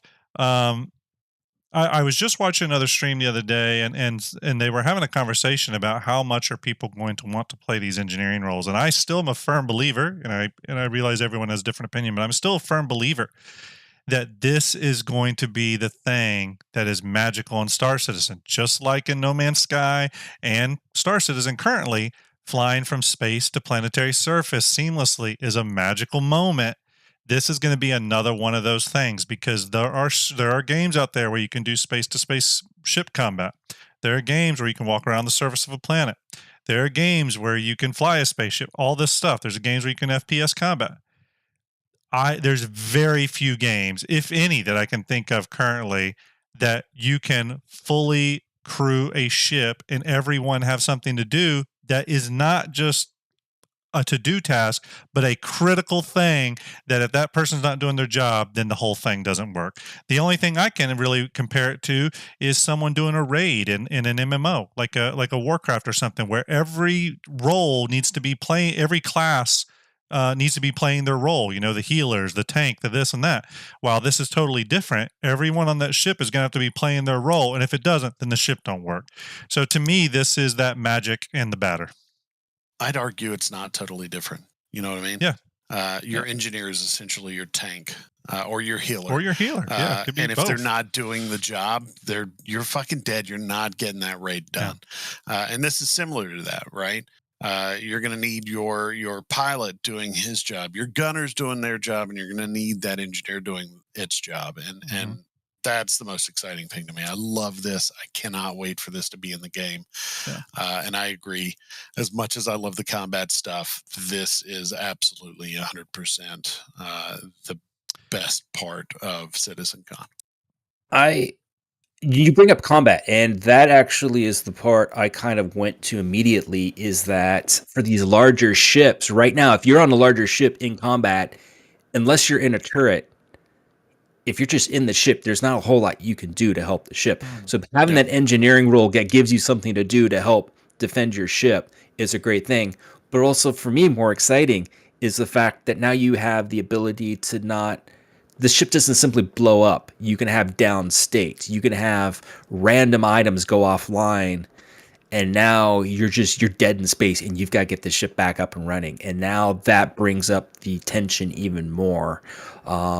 You've got oxygen venting. You've got no power to certain areas. You can get boarded during this time. Yeah. So I think the gameplay is going to raise, for the capital ships combat, is going to raise it even higher. Think about the strategy involved here. A lot of people keep thinking of the engineering role is this thing to fix what's broken on the ship, but it could also be a very offensive role. Imagine if you are, for example, one of the things they said an engineer will be able to control, and maybe not in the first release of resource management, because they did release a list of things that will come out initially for it.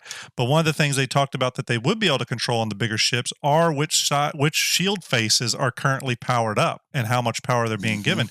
Imagine if you're in a hammerhead, but you only have enough turret gunners to really crew one side of the hammerhead. Well, if I'm the engineer and we're going into combat, I know the pilot's going to keep those turret gunners facing the enemy. So I'm going to put all my shield strength on that side, and more power to the shields. I can't do a Scotty voice, but you get what I'm saying. And again, the engineer isn't just someone who's fixing something, fixing shit. They're now an integral part of the combat, in my opinion. And here's the other thing about it. It's easy to see how this filters into multi-crew ships. But this is also going to play into small ships. We know that. This is going to play into single-seat fighters, resource management. It is going to be a thing. Now, I think it won't be obviously as in-depth as a hammerhead. You're not going to have circuit breakers all over your cockpit, I don't think. But they could add circuit breakers to a cockpit. Combat fighter planes have that, like especially the older ones, like the F-14 and stuff like that. They had fuses all over the place in those things that pilots and stuff would have to reset. And so again, it'll be interesting to see what they do with those smaller single seat fighters, or even just, salvage single seat, salvage ships or whatever. But regardless, this is going to be a game changer to me. And it's going to be the number one thing an addition with a few other things out there. Like, for example, server meshing, we all are really excited for. We want it in game. It needs to be in game. It's important, right? But it really doesn't make Star Citizen unique. There's games out there that have multiple people, a large number of people in the world. This system, though, and a few others that we won't go into, this is one of those systems that isn't really in other games. Nope. You know what I mean? This is the thing that you're going to be able to go to someone who doesn't play Star Citizen and go, yeah, you could actually be an engineer on my ship and control X, Y, Z. You could actually vent the atmosphere from a place. You can turn off the gravity, blah, blah. And suddenly that person's going to go, okay, that sounds awesome. You know what I mean? If anything, when I watched this, the only thing that kept coming to mind was, man, CIG needs to work on a account level that's not tied to for example, purchasing a ship. Yeah. Like maybe it's a $5 or $10 thing. You just pay one time and you're a citizen in the verse sort of deal. I don't know. But I feel like there should be something like that to help cruise these ships, or even like a guest account for the weekend or no. I know that would affect things like personal reputation stuff, which is what we're supposed to be building up in the game. But regardless. So I would actually like to address the statement made by Daniel Griego, which is one that has become popular around certain circles, which is, I don't like that they're forcing people to fly someone else's ship. I hope AI crew will still be a thing, because if it's not, big ships will not be used at all. You're wrong. Look, I will absolutely fly someone else's ship just to do engineering. This is not something that I think is ever going to be an issue, where somebody's got a large ship and nobody's going to want to be a part of it because everybody wants to fly their ship. There are lots of members of this community. I guarantee you, people would sound off in this area, this chat alone. It would be a majority of our people saying, yeah, I'll fly in a ship just to do crew. I'll be a gunner on somebody else's ship. I don't have to fly my ship. It's absolutely incorrect to assume nobody wants to do that, because there's so many people that are excited about this alone, because they're going to get to do it with this. You know what I mean? I don't want to fly my ship all the time. I don't. Yeah, I want to be a member of your crew. And also, too, when we get org tools and stuff in, this is going to be a great way to vet new org players, is on, org night, have them be maybe their security chief or a turret gunner, or, assist, not an engineer probably, but like a mechanic on a ship or whatever, playing those roles to see how they fit in with the org. One thing I'll address with that, too, is real quick, Daniel, definitely AI crews are still going to be a thing. We know this because they are redesigning some ships that are already flight ready specifically to accommodate AI. So I know that was a big deal with the Retaliator, is it was getting some corridor changes specifically to allow AI to be able to walk through it. So we do know that they are still keeping that top of mind. We do know blades are still coming, which will help with things like turret usage and stuff. But going into something Griff just said, Star Wars Galaxy had some elements. Yes, it did. And there's a game on Steam that had a really good 4-person ship crew game. Send me that game if you think of it, Griff. I'd love to check it out. But yes, there are games that have elements of it. And I mean, even Arma 3 is a good example. If you're there's some Arma 3 milsim groups out there that are like tank battalions, and there's commander, driver, gunner all in the tank, and they work together. And again, when it works, it's magic. It really is. And that's a simple multi-crew gameplay sort of thing going on. But what's really cool about what we saw here with resource management was the level of control that an engineer could have, and given to them by the captain of the ship, which is also kind of cool. But I mean, you're talking controlling gravity, controlling the ability to vent oxygen, not only to kill a player, but maybe you're venting oxygen to put out a fire. I mean, again, the level of control and fidelity in that role, hell, it makes being the pilot of the ship one of the easiest things to the game. The engineer is not going to be your new guy in the org. I'm going to tell you that right now. That's going to be probably some of your most senior people. Now, maybe the mechanics under that engineer. And I mean, forget about it, on a big ship like the Idris or the Kraken, or a ship that has like a lot of long corridors and a lot of space to cover, your engineer may have 2 or 3 mechanics under him. The And yeah, strategic value of an engineer alone makes it so that you definitely don't want a new person to be that. yeah, You've got an engineer who's seasoned, and you've got a boarding party coming on, and maybe your defenders are having issues. You yeah, pull them out and turn off the gravity, dude. You boom, yeah. they're pretty much stopped right there for the most part. They're going to have a more difficult time getting around. They're not going to be able to shoot without flying around. Like, you've got some really good stuff there, and I'm And excited for it. and Daniel says something that is not wrong. I actually don't disagree with you at all, Daniel. You say you had bad experiences in other games. I think you mentioned Warframe, but you say where I would help Hmm. crew other ships, but they wouldn't help you with yours. Absolutely, and that is both obviously that's a bad aspect of it, Yeah. but that is exactly the reason that when it does work, it feels so good, right? Because you Hmm. kind of made this complex piece of machinery work, right? But what the key thing is again, and this is why I'm so excited for multi-role, like these additional roles coming on board for ships, is that is what's going to make orgs important. You get what I'm saying? Which, yes, we need a whole bunch of org tools. I really wish CIG would start talking about org tools. I think they're way behind the curve on that. A lot of other content creators and streamers out there have said this as well. I do think they are behind the curve on that. But what I do think is I think things like resource management and other stuff like this is going to force them, if they aren't already, force them to start thinking about those org tools again. And what I mean by org tools is being able to set ranks in an org, be able to set usage ranks. I think CIG, it sounds like they're going to start with that ability on ships, specifically ships. So, like, the captain will give your abilities to people on the ships. But I would love to see a global org ranking system that allows you to do that stuff. For example, different ranks in the org allow you to pull out different amount of UEC from the org's coffers for ship repairs or whatever. You get what I'm saying? This stuff here, though, to me is really going to reinforce the social aspect of the game, and I think that's always good. And Yeah. that's going to occur in every aspect of gameplay. It happens in combat when you use a turret gunner, right? So if like Ender, I mean, I always think about it like this: if Ender takes out the Scorpius, and his wife has manned the turret, that's an awesome thing because again, it's bringing someone else in the game. It doesn't matter if it's combat, salvage, cargo, what the fuck ever, any of that stuff where having that extra person enhances the experience. I think that's an awesome thing for a game that's supposed to be an MMO. You know what I Yeah. mean? The only real That's equivalent we have in a game like Warcraft or something is if you're going into an area that's kind of dangerous and you're like, you know what, I'm a DPS class and my friend's a healer, but if we go together we can just mow enemies down. You know what I yeah. mean? It's that. So Yeah. um I yep, I think this is important. I think it's important that we all remember this is an MMO. yeah, it's an Um, MMO. Yeah.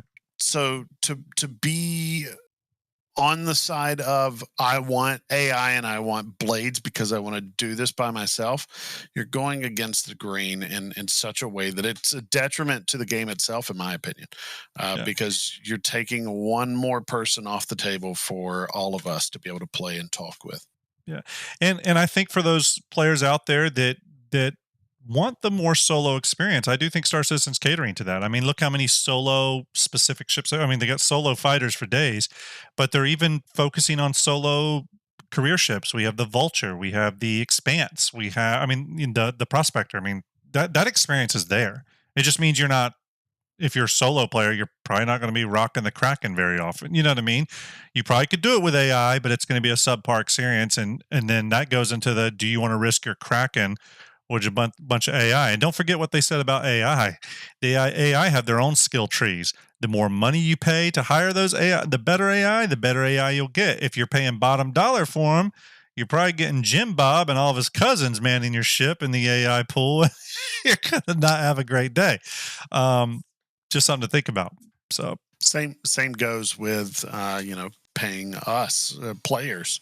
You pay us minimum wage, I guarantee you I'm going to call some friends and go, hey, they're making a shit ton of money and we yeah, can steal it all. yeah, there you go.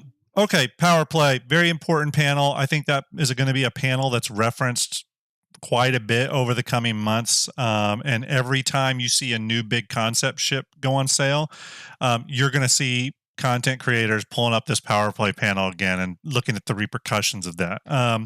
So anyways, we're going to move on now. We're going to move on to the last panel of the Citizencon, and that is talking ship.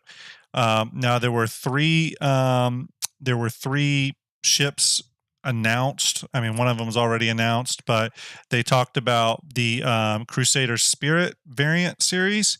They talked about the Drake Corsair Explorer exploration ship, and they talked about the Greycat STV, or Steve as everyone's calling it, essentially the new racing vehicle. Let's go ahead and just chop through some of these first. I want to start with the Steve first, and then the Corsair, and then go into the Spirit series last. Real quick on the Greycat Steve. I don't know if any of you guys want to say something short about it. I think the biggest controversy going on right now with the release of this vehicle is the adjustments in ground speeds to other ground vehicles, specifically racing variants of like the Cyclone and stuff. Where do you guys sit with that? Do you have any opinions on it? I don't have a big opinion on it myself currently. I know they've adjusted a bunch of speeds. I'm a big proponent of those speeds needing to come down, but where do you guys land with this? I think some of the speeds needed to come down. I would like to see some of the speeds actually get nudged back up. Mm-hmm. I'd like to see the Nox Q, the racer, actually, be a racing vehicle, a feasible racing vehicle on a straight line.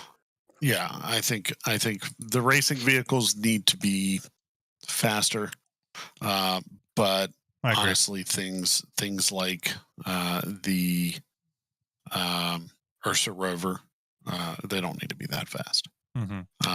So bringing the speed down on those makes sense. But the racers, I think, do need to be racing vehicles, and they do need to feel fast. Yeah. And I know the video playing, everyone, is just the panel thing, so you're probably seeing some Crusader Spirit stuff. We are going to get to that ship, obviously. I think that's been the biggest thing is the speeds. I personally would like to see the Cyclone RC, the Origin X1 when that comes out, the racing variant of that, the Ranger racing variant, all those racing variants. I would like to see their speeds bump back up. I personally thought, though, that some ground vehicles like the Ursa were moving at ludicrous, if not plaid speeds, and it was quite annoying. The Ursa is a big, heavy, trunken vehicle. That thing should not be flying over the moon's surface like crazy. I just thought it was ridiculous. So some of those I'm glad came down. I felt like I was playing Mass Effect and driving the rover from Mass Effect. I was playing the other day, and I did land my Carrack on a moon. Now, mind you, it was a low-gravity moon, but regardless, landed. I had that Ursa going so fast, I hit a pebble, and that thing flew in the air at least 300 meters. I mean, it was ridiculous. And then, of course, it didn't just fly into the air. It barrel rolled, and it hit the ground and barrel rolled 80 times, had no damage. And I was just like, all right, this is ridiculous. You know what I mean? So anyway, that's my thought. Next, let's move into one of my top 5 favorite ships, top 5 ship I've been waiting for a while. One of the first larger ships, or one of the first ships that wasn't a starter ship that I pledged for, the Drake Corsair, the medium-sized exploration vessel by Drake. I'm going to talk first about this one because I love this ship. This is one of those ships, like I said, it's in my top 5, like, can't wait to have it ships. This is the one, though, that I've kind of designated my daily driver. It's probably a little big for a daily driver in the future version of the verse. You probably are going to want an engineer with this ship and stuff. But to me, the ship is the most Millennium Falcon out of all the Star Citizen ships. And yes, I even believe it's the most Millennium Falcon, even over the MSR that CIG kept attributing to being the Millennium Falcon. I think the Corsair has that rugged kind of outlaw vibe to it, but it's got like a kind of a very blue collar feel to it. But at the same time, the one thing I like about the Corsair is actually a new Drake ship under its new CEO. What's his name? Andon Arden or whatever. And it's one of the 3 new ships from Drake that he pushed forward, which those being the Vulture, the Corsair, and the Kraken. And all those ships are actually tailored to supposed to be very much not pirate focused ships. Now I know it seems a little crazy with the Corsair having so many guns on it, but regardless, to to me, the Corsair is a bit of a departure from a visual style from all the other Drake ships, and I like that. I hope if there are other Drake ships announced in the future, especially something like a heavy fighter, something like that, I would love for it to lean a little bit more heavily on the Corsair stylings than something like the Cuddy's stylings. It's my own personal opinion. But I thought the ship looked great. Cough. Yeah, exactly. I thought the ship looked great. I thought the amount of work they put into it was stunning. Features like the rooftop elevator and stuff just gave it even more flavor. We've already heard that the Drake Corsair is going to have unique exterior lighting scenarios based off what it's doing, if its ramps coming down or if its wings are folding, which I think is also really cool and would love to see on other ships. VM, Ender, thoughts on the Drake Corsair? Coming in 318, by the way. Coming in 318. Flight ready? I am, you know me, I am not a Drake fan by any means. Right. And That's I your love only the flaw Corsair. as a person, VM. I'm just going to say it right now. Well, That's your only flaw. only. Otherwise, you're Only. great dude.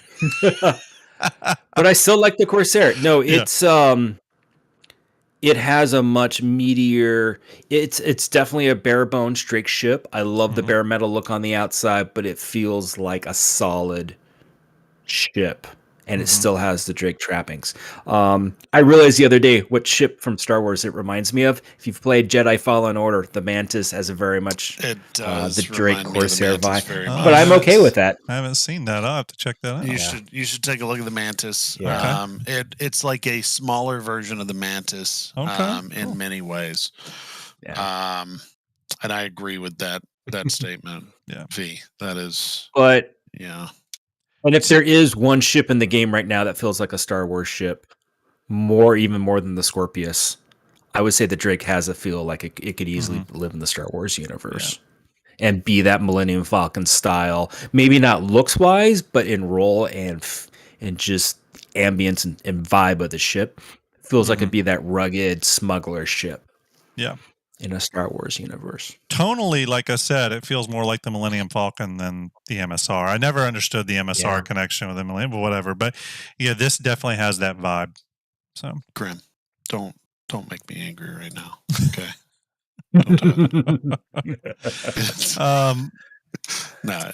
I sent you a picture of the Mantis, by the way. Oh, perfect. Thank you. I do agree that it's God, I can't believe I'm saying this. It is more like the Millennium Falcon than the MSR in some ways. Yeah. Definitely with the feel of it. But the Millennium Falcon, much like the MSR, has side-by-side seats. So your argument is that's true. now. That's true. And I'm not saying totally the MSR doesn't connect. From a styling perspective, like it didn't have the vibe of like the smuggler ship. I know it's a smuggler ship, but it's not. I would love to see a Drake smuggling ship, right? Where it's actually a smuggling ship. We've talked about this. Yeah. I think Drake would do it better. Yeah. But I think the Corsair is as close as it gets right now. Yeah. And I think that totally it's just an amazing ship. The top bottom seats, the way it's laid out, the elevator to the roof, it's all just such a cool ship. Yeah. And you get what everybody loves, apparently, gigantic guns. Guns for days. Yeah. That's for sure. It's and as far as we know, got big guns. Yeah, and as far as we know, those 4 on the nose are pilot controlled. Turret on the rear is co-pilot controlled, and the side turrets, obviously that was a big change. That was the one thing everyone pointed out about the Corsair that they didn't like. I'm not buying the ship because those turrets are useless. Well, John Crew come out now and said, those turrets can turn 90 degrees and face forward. They're not useless anymore. Big damn deal. They showed it happening on this. Yeah. And that was the biggest change to me. And the only thing that I want to see from this is it not be a gigantic, because it's an explorer. It's supposed to be an exploration ship. Yeah. And while it's supposed to defend itself, I don't want to see this thing turn into the next Connie, where, they're flying it because it's got huge guns that are just unstoppable. I want to see this thing it's going to have to pick its battles and get away rather than fight.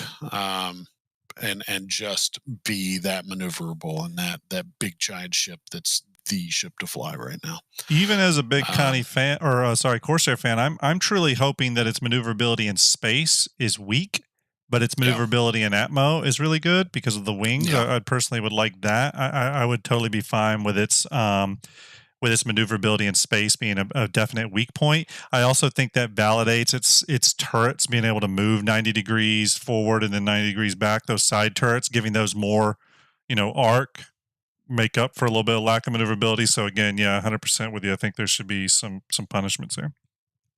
Yeah.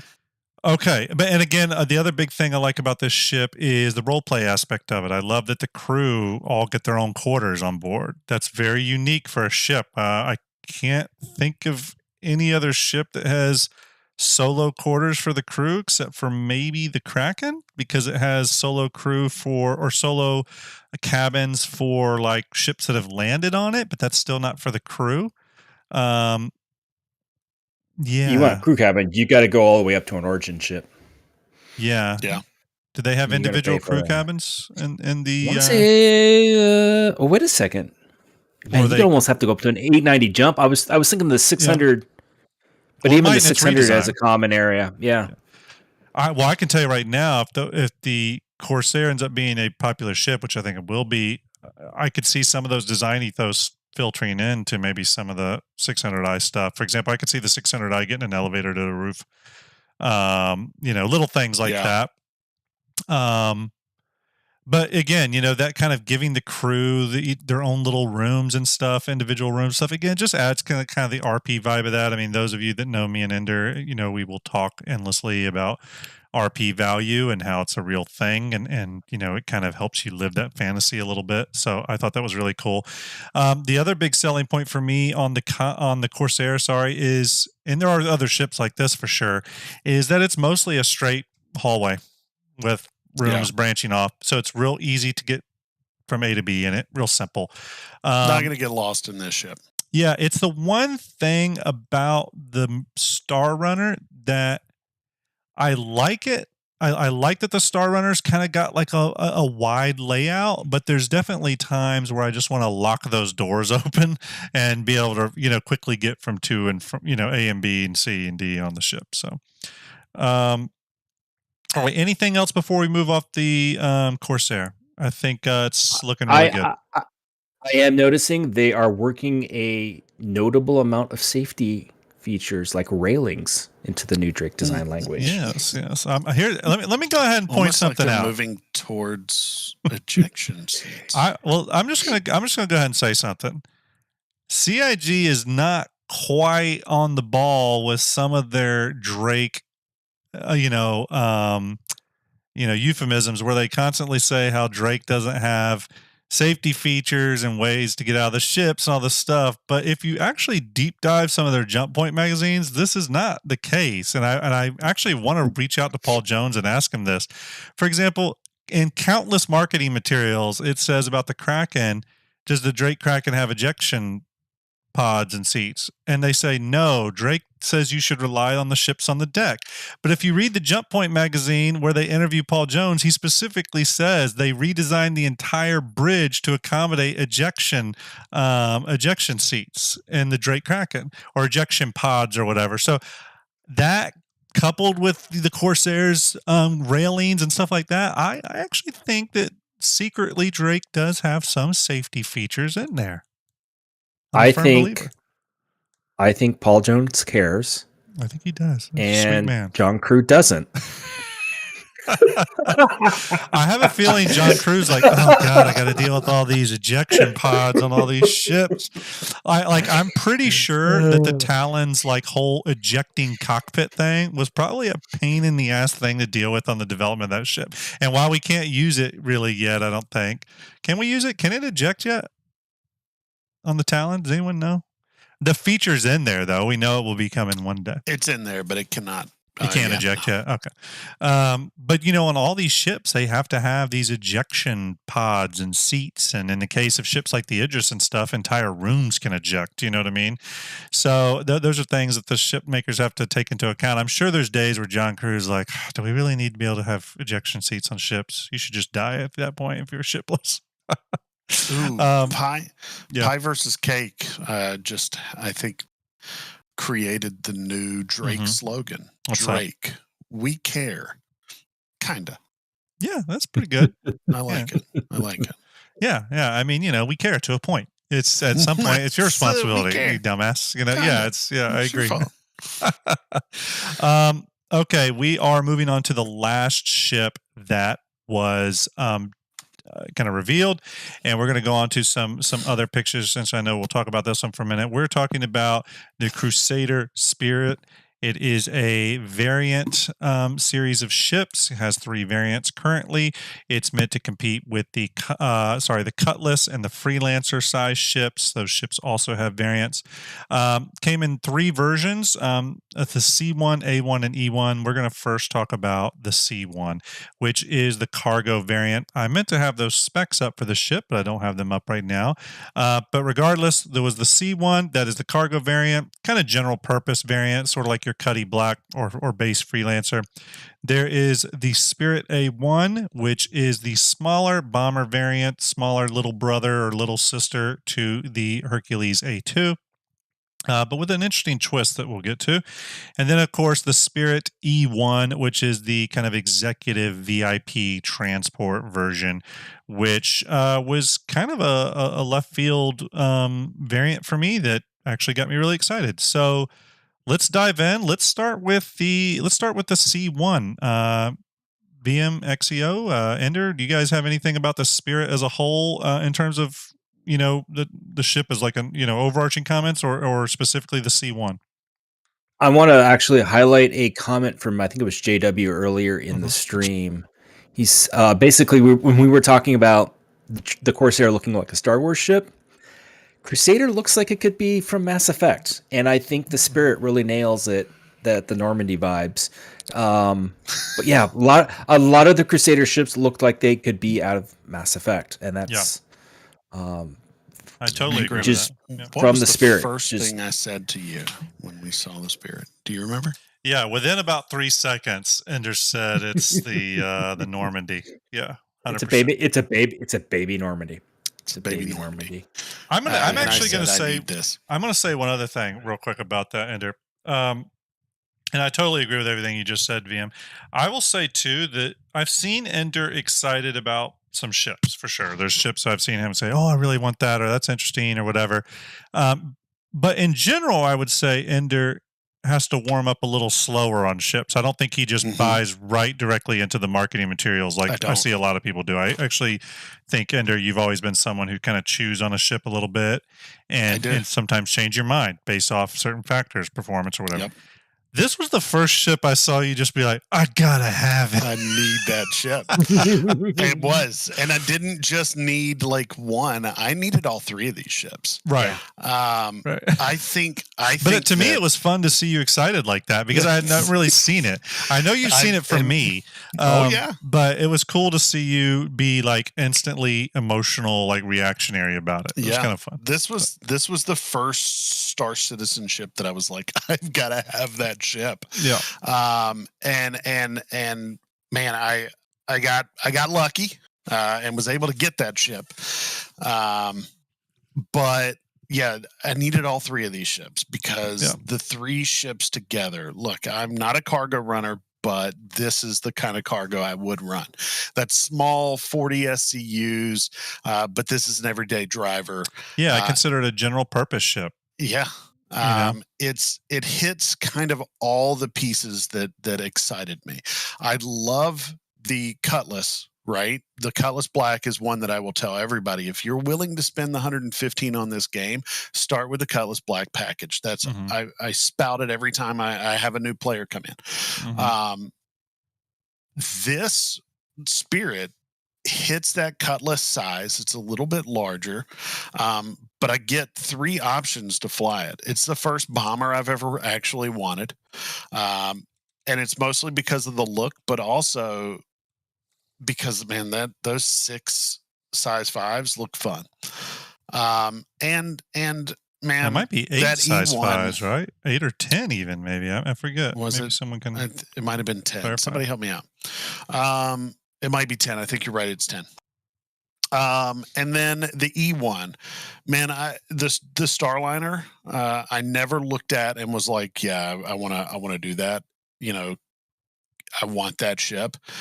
But now I got excited about ferrying 6 people around and just having fun, catering to them. So yeah, it's 10 size 5s, 2 rows of 5. So and it's Crusader, which is anybody that's talked to me for more than a few minutes knows this is my favorite manufacturer, with the exception of one series of ships. And I own all of the Crusader ships outside of that series and an Ion. So getting this made sense. The design language is there. It's a beautiful ship. It looks amazing, and it's probably going to be my new everyday driver for sure. For sure. I can't wait for this to come out. Yeah. VM, any additional thoughts on the C1 before we move on to the A1? I saw the ship. I didn't get it. I am fighting it so hard. Really hard. I've never been a fan of the Cuddy Black. Mm-hmm. I'm just going to say it. I know that's going to not win me a lot of fans. I love the Freelancer. It's the old Toyota pickup truck of the verse, and some people like that, some people don't, but that's kind of its vibe. Mm-hmm. I have a Freelancer, though, and I absolutely love the Freelancer line. I have a Max currently, and if I get this, you know the meme, the look behind the guy with the girlfriend who's looking at the other girl? Mm-hmm. Yeah. You know the meme I'm talking about.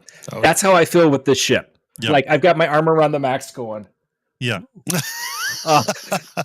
Well, you know, again, it's not to say there won't be more variants in the future. Maybe there'd be a Max version of this, slightly wider body contour or something. Not impossible. If I got this, I wouldn't have a reason to keep my Max, but I don't want to get rid of my Max. And I'm torn. I want them both, but I know I can't have them both. Yeah. Yeah. No, I understand that. I think it's an interesting combination. See, I do think this, besides the SCU category, I do see some definite differences in vibe between this and the Cuddy Black. However, I think that gap is much narrower against the Freelancer. There's a lot of like cross-pollination there between the Freelancer series and this ship, just in terms of the side-by-side seating, the long cylindrical kind of layout, et cetera, et cetera. I personally was really excited about the C1, but where I probably differ from Ender a bit is I'm pretty sure the variant he doesn't love from Crusader is the Hercules variant, where I actually like all the variants. I think Crusader ships are some of the best designed ships in the game. However, I would have loved to have seen them bring the curves of the Hercules series into this smaller format. That would have interested me a lot, I think, from a visual perspective. I do love the look of these ships. Don't get me wrong. I think they look really, really cool. I got all 3 of them too when I bought the package. But I wouldn't have been against some of those curves from the Hercules series making its way into this ship. I think that could have been something really, really interesting. Someone said that they hope this ship is fast. All I'll say is, as you can see from this rotating shot, the size of these engines compared to the size of the ship is kind of ridiculous looking. It actually was one of the first things I noticed in the concept art. I was like, damn, engine's on the back. And this thing better have some get up and goes. But yeah, this is going to be a get up and go. This is going to be your everyday driver. I actually don't think the 48 SCU really qualifies as a cargo ship more than anything else. If you want a cargo ship, go get the whatever, a Hull B or whatever. Yeah. This to me, I almost wish they wouldn't even categorize it as like a C1 for cargo. I almost just wish it was called the Spirit, where like the base model, it's your everyday driver, your good general purpose ship. You can whatever. But here's the one thing I think about this ship that does elevate it above the Freelancer, yet might not elevate it much above the Cuddy Black. Yeah, Cuddy Black. and that is the tractor beam on the back. Yeah. Yep. The Cuddy series is supposed to get tractor beams on its back tailpiece. It's also supposed to get tractor beams on its front arms. So the Cuddy's going to have a lot of tractor beam usage and flexibility. This one has it on its back and it's on a rail. So I know me and Ender, one of the first things we said is, wow, that's going to be awesome during Xenothreat. You just load your back cargo bay up real easily. You could be doing it with your hand tractor beam tool, and then you have your buddy in your ship doing it with the ship one, right? But so that to me notches it a little bit above the Freelancer from a utilization standpoint. I say that in that we haven't really seen ship-based tractor beams yet. So who knows if those are... Here's what they're going to have to do with those ship-based tractor beams, though. You know how in those cargo trolleys you have to pull out one of the little boxes or whatever in Xenothreat, and then you tractor beam it over? The ship-based ones should really be able to pull the whole trolley thing out. I mean, I know it's probably not going to do that, but they should be able to. Or maybe someone can pull out a bunch of them, and then the ship-based one can just grab, maybe it's 5 max or 10 max at once and bring them over. I don't know. But there's got to be an advantage to a ship-based tractor beam over the hand one. But anyways, that's the C1. We're going to move on now to the Spirit A1. I know Ender talked about it a little bit here. So the A1 is the bomber variant. Kind of the little sister, little brother to the to the Hercules A2 bomber, which we know can carry 2 types of bombs, the size 10 Moab and then size 3s. And then I think very interestingly, this ship carries size 5s. Kind of plays an interesting role in the kind of bomber ladder in terms of size of ship versus size of bomb. I mean, 10 size 5s is nothing to laugh at. And let me parse that a little bit for you. The Nautilus, I think, carries 26 size 5 mines, and the Nautilus is a huge ship. It's 125 meters. Now, that being said, it's highly rumored that the size 5 mines are actually going to be much more potent than even a size 5 bomb. We've heard a little bit about that. That may or may not be true, but regardless, think about that. In a 46-meter ship, you're getting a lot of firepower. I mean, a bunch of size 5 bombs over Jumptown is going to be just as concerning as a Moab, especially if you're carpet bombing with 5 of these things and then doing another loop and coming down for another 5. You know what I mean? So I think that's pretty interesting. I think that's one of the interesting things about the A1 is its size of bomb that it carries. And here we can see its orbit as well. I think this is that size of bomber that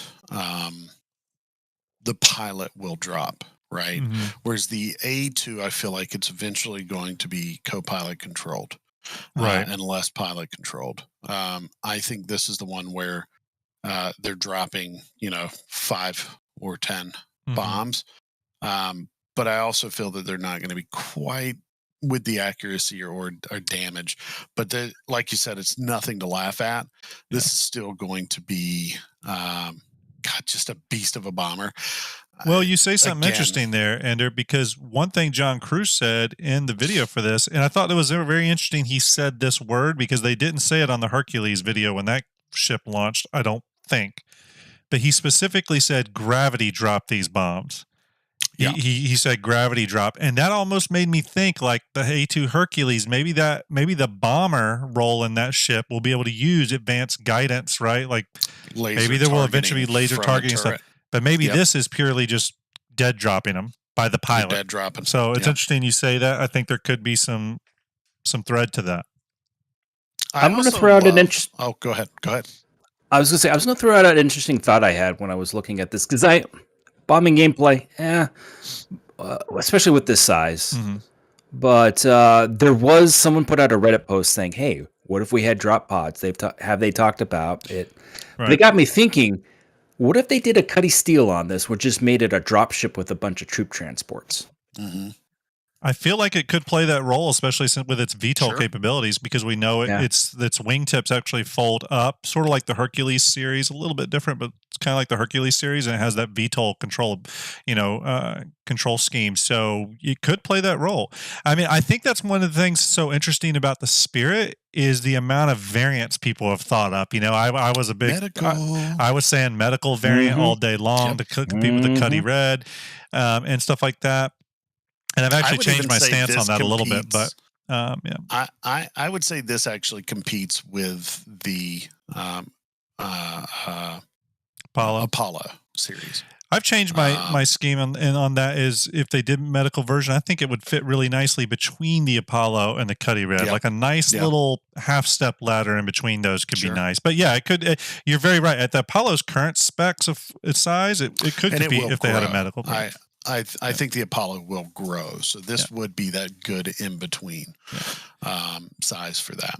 But you talked about your freelancer Max VM. I could eventually see a Spirit Max kind of variant. But yeah, dropping drop pods. We haven't really seen that being talked about at all in Star Citizen, but I know it's something people bring up a lot, and it would be interesting to see that be an option. You know what I mean? Like Titan suit drop pods. Yeah.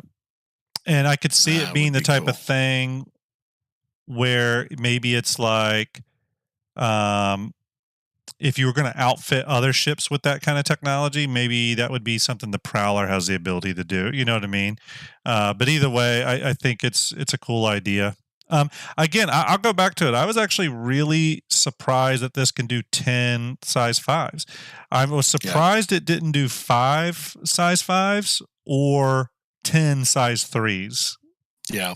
I think 10 size 5 bombs in a ship of this size is concerning. It's concerning. I don't want to be on the receiving end. Yeah, it's for sure. Yeah. But I think that they've done the right thing here because, like you said, they did mention gravity drop. Yeah. So accuracy is not going to be exactly the easiest thing, especially at high speeds. Yeah. So I feel like we're looking at just the right amount. I'm Benji still says, curious what that radar on top is. Yeah, Benji says bounty hunter variant. That'd be really cool too. That'd be really, really cool. Yeah. Bounty hunter. I saw EMP, EWAR scanning, EWAR, stealth.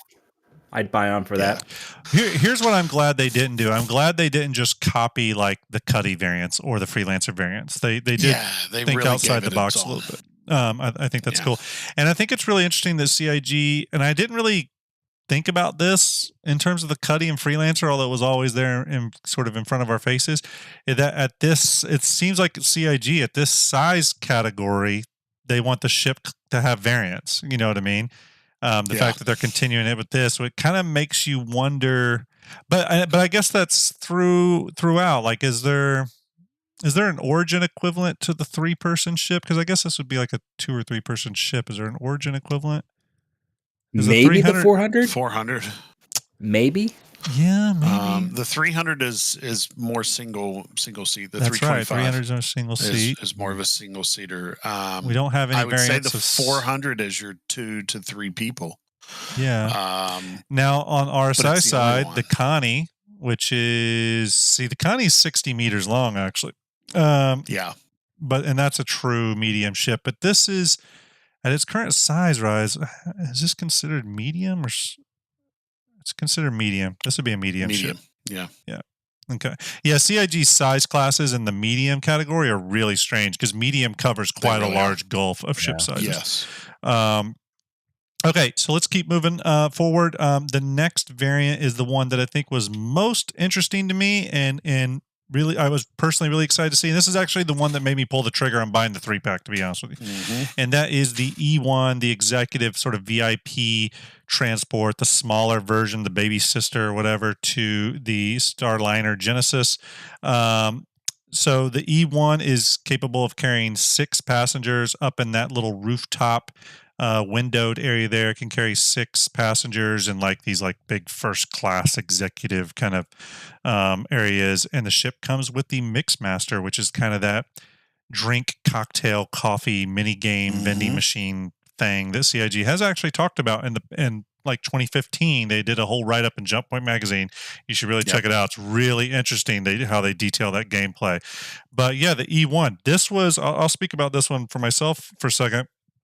This is the ship that made me buy the pack. Honestly, the bomber variant. I'm kind of the same with you, VM. It's interesting. I could see in my future wanting a bombing ship in my fleet, but I could probably get it in game. And the cargo variant, I already got so many damn ships that can do that, and even just be daily runabouts. And see, I am a kind of a big fan of the Cuddy, so I fly my Cuddy all the time now. So I didn't really see a need for it other than it looked cool.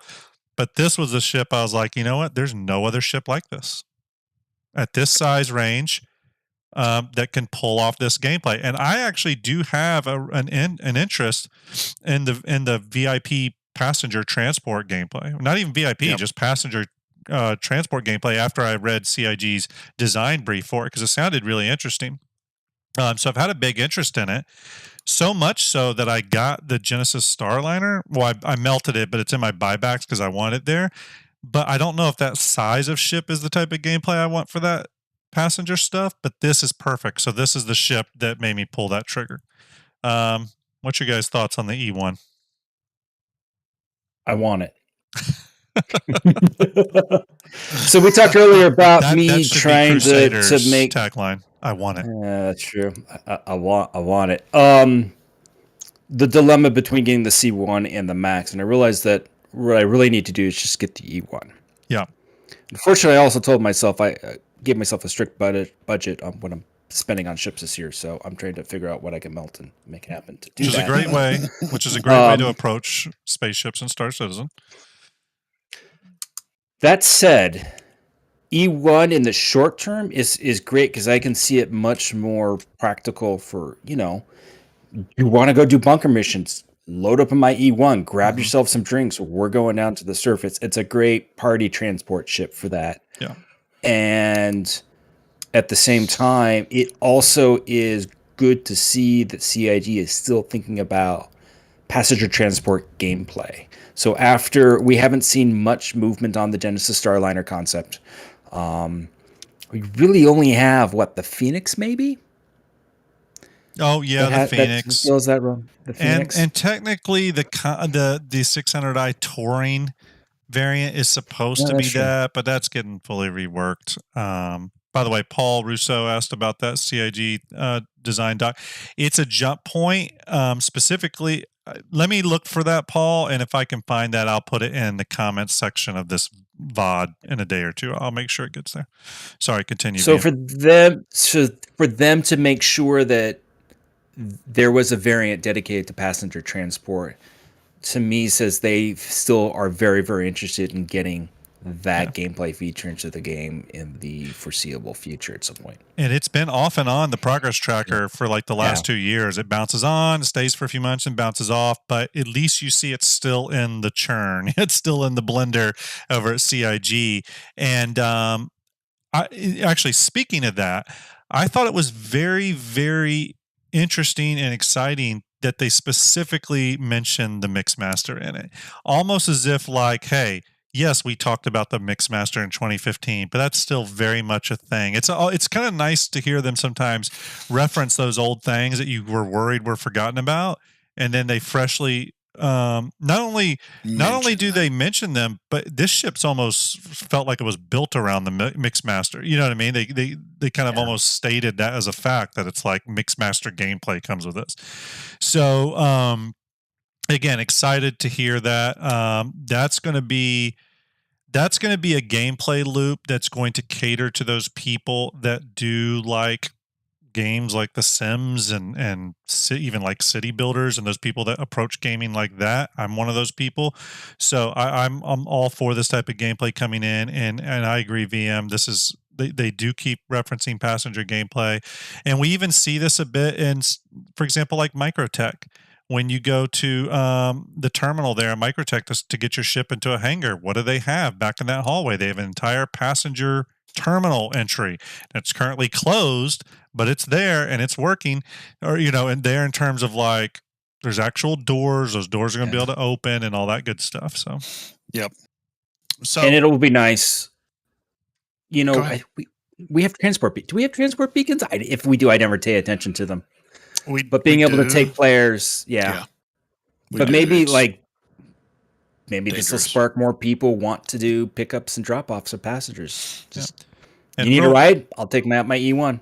And real quick, I'm Grab a just going to drink. mention what everyone's seeing in the window right now is by a YouTuber named Tristpone. I will put his information in the link into the VOD information of this video. It's TRISTPWN. And he does a variety of cool stuff sometimes. And he took the spirits, did some texture work on them, and put them in VR to scale. And this is him walking in VR around the ship. And the cool thing about this, while it's probably not landed correctly because we don't have the landing gear information, he spawned it so that we could see the relative size of things. Now, I think he did this when the ship was at the wrong scale. So I wouldn't be surprised if he puts it up at the right scale. But you can see here inside the cockpit, you get a little sense of the view and stuff. I just thought it was a really cool video and another interesting way to visualize these concept ships before we actually get to see them or play with them. Obviously, we have CAG's Holo Viewer, we have Starship 42's kind of Holo Viewer, we have Starjump Fleet Viewer version, which is all fully textured and stuff. But I thought this was another interesting approach, someone kind of touring around in VR, because one of the things that's interesting about Star Citizen ships is seeing them like for the first time in game and being like, whoa, shit's bigger than I thought, you know what I mean? Or whatever. That always seems to kind of take people back. And so again, I just thought this was an interesting way of visualizing it. I saw the video and I reached out to him and said, hey, we're gonna highlight the video in tonight's stream. So just wanted to throw this in there. That's what you're seeing. Everybody's mentioning that later in the video he adjusts the scale. And, great. and respawns everything. Well, this one here actually looks quite a bit bigger. So maybe he did. Yeah. So CIG, if you're listening, bring back the hangar module and give us VR support for the hangar module. Yes, there you go. Let's access any of the new ships and just let us buy from the hangar module from VR as we're walking around.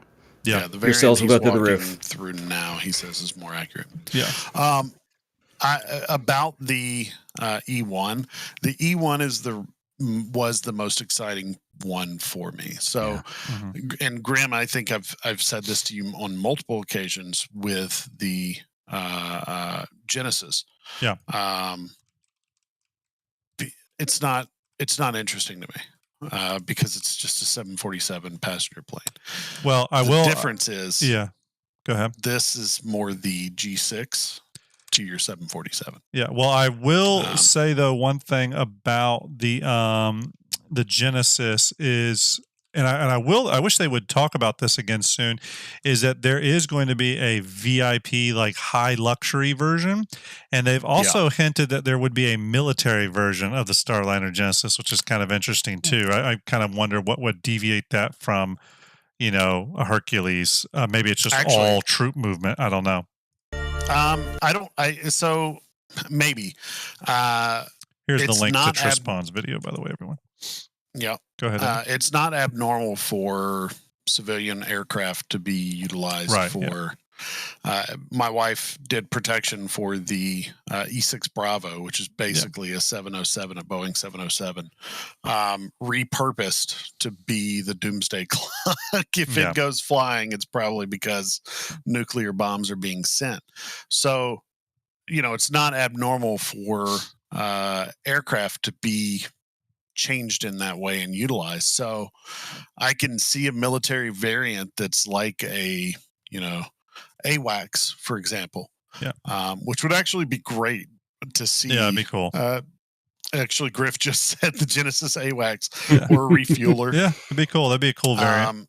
It'd be a cool variant, and it would be something different, a military variant that's not a gunship. I really want to see less gunships and more variants that do other things.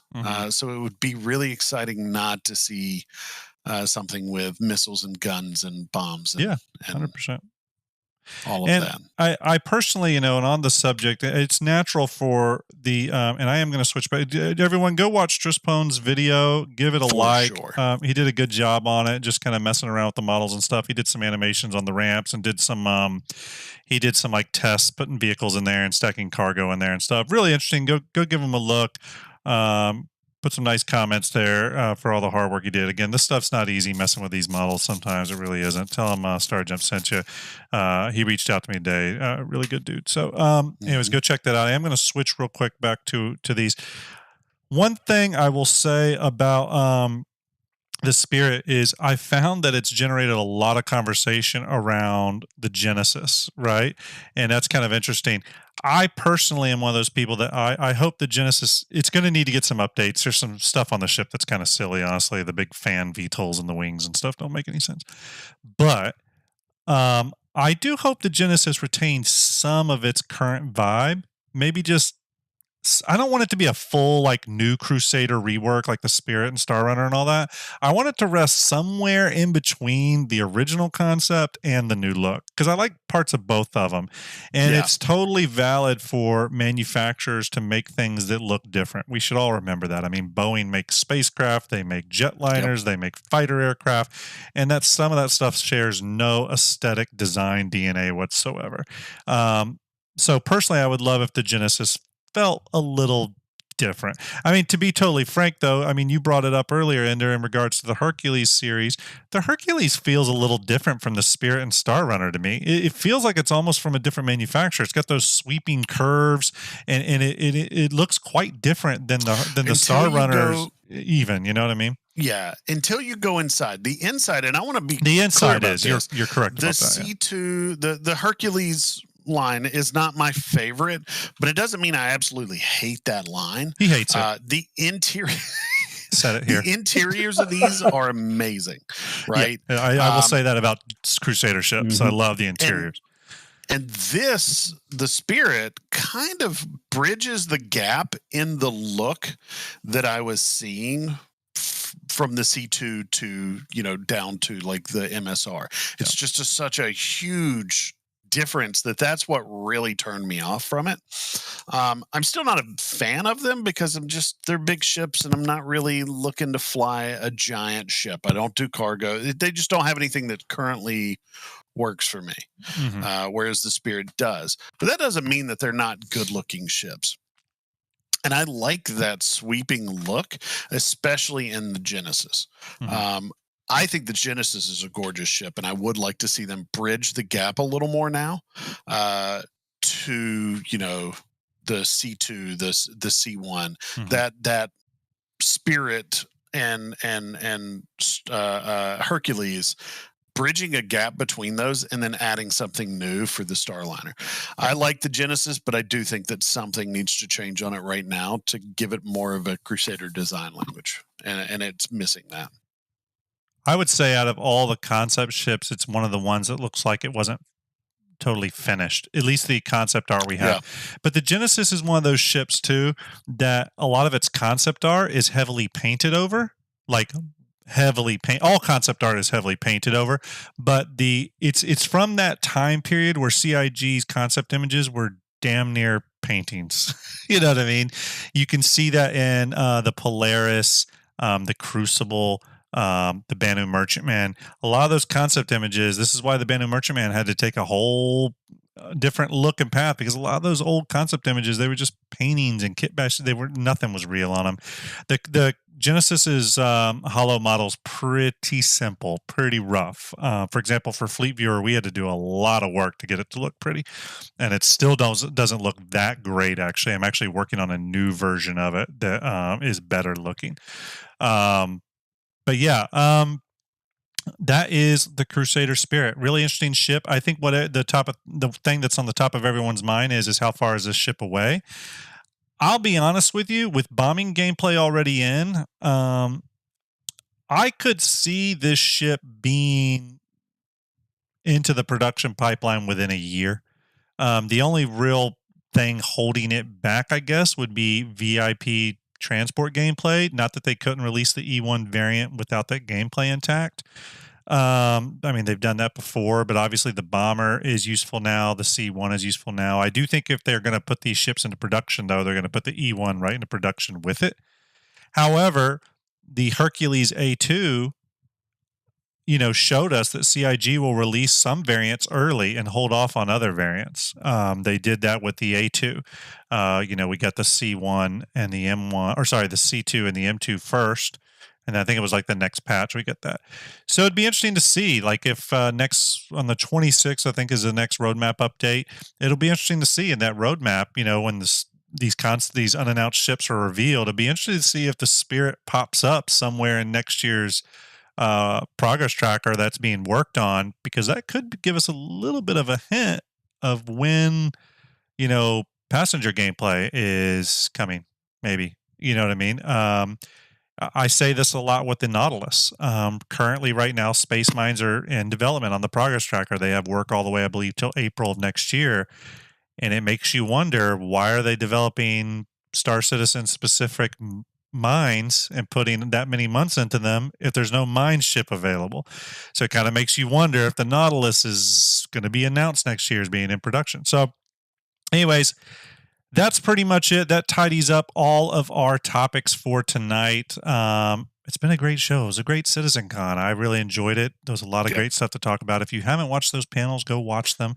Obviously, all of our opinions here, mine, Ender's, VMXEO's, are just our opinions. And those are like something else everyone has. Everyone's got one. And, I go watch them yourself. There's some really cool stuff. And, a lot of times when you watch those panels, you can pull out little bits of details or things the developers say, or a piece of image in the background as they're talking that will illuminate maybe some stuff that they aren't openly talk about that is coming. That's one of my favorite things to do. Obviously, the next big thing coming will be IAE at the end of November, beginning of December, sometime around there. We're trying to think of some ways. We'll start the conversation soon, but we kind of want to think of some stuff to do with Starjump and IAE, maybe some sort of cool like launch party or watch party or something like that. We'll have to think of something. But yeah, that's going to be pretty much it. I'll let Ender close us out on messages. Everyone in chat, though, thank you so much for joining us as usual. VMXEO is going to be kind of the new permanent host of Starjump Station. We know Starlet's on sabbatical, but even when Starlet does come back, we want VMXEO doing this for as long as he wants to do it with us. There's always a seat for you, is I guess what we're saying. So expect VMXEO here. We're also going to be getting a new Starjump Station open probably for the next episode of Starjump Station. So Sweet. Some new ships, some new stuff in it. So that's pretty much it. Ender, take us out and we'll sign off. All right, just a few major things. Not major, some major. So two things. One, we did our giveaway for the Misk Expanse yesterday. Oddly enough, James the Stormtrooper won that Expanse. The funny thing was he was just mentioning that it's like the only ship he wanted that he never got a chance to get. So really happy to have him win that. We were also able to raise, we're currently fundraising for Movember, which is men's health, both mental and physical, focuses on prostate cancer and men's mental health. Yesterday alone, we raised $410, which was just amazing. Yeah, that's awesome. We are looking for more giveaways. Currently, we don't have any. We are hopefully soon in the talks with CIG to get some giveaways for that. But if you're wanting to help but just unable to do a ton, if you want to spread around just any information about our Tiltify, this is our donation link for the Movember currently. And also, if you want to get with me later, if you want to donate a ship for a giveaway, anything like that, we're constantly looking for any assistance that we can get because this is all for charity. We did raise over $1,000 for the Helen Woodward Center. All in all, Guardians has been exceedingly successful, and it would be absolutely nothing without our community. This year, when we raise to the goal of $5,000, I will be shaving my head again on stream to my wife's chagrin. She hates it, but I'm going to do it anyway. And eyebrows. Don't forget that. If we raise, honestly, if we're able to beat my current goal of $5,000 and get up somehow to 10 grand, I will shave both my head and my beard. I'm throwing that out there. Can you add one more tier above that, though, Ender? That if we raise 25,000, I will shave my eyebrows. No, will you shave in like those 3 lines in the eyebrow? Like kind of keep it gangster? Will you do right that? Here? These 3 lines here? Yeah. I'll and do pierce it. the other eyebrow. Do that. That's the look I want from you going forward. And I want you wearing a mesh tank top. Wise. That's the whole picture. I would donate against that. Yeah, a lot of people would. You'd see the money roll right in. It would roll right in. No, seriously though, if we're able to raise, when we're able to raise 5,000, I say win because I want to be positive about this. And honestly, our community keeps telling me to say win because we did it last year. I'm going to shave my head. And it's going to be just a blast in December. It's never cold. I promise you guys. We want to do some cool stuff around it. You can probably expect some things too, like some special live fleet builders that are like centered around charity and stuff like that. That'd be cool. And then after that, we'll be going back to St. Jude and prepping for the Play Live event and everything that kind of comes along with that. But for now, November. Thank you guys for just everything. And feel free to reach out to me on our Discord. Stand by. I want to get that link. Yep. Join the Discord if you're not already in the Discord, please. We get stuff there. Fleet Viewer updates are posted there as well as our Twitter. Go follow the Starjump org Twitter. We post a lot of updates and stuff there too. That's another communication forum. And I've posted our Patreon. If you guys want to support in that way, you absolutely can. I've posted our Teespring for merch. We have some merch out there, excuse me. But yeah, that's what I've got, and thank you guys so much. All right. Thanks everyone. Appreciate you hanging out with us, VM. Ender, I salute you. Thank you. We'll see you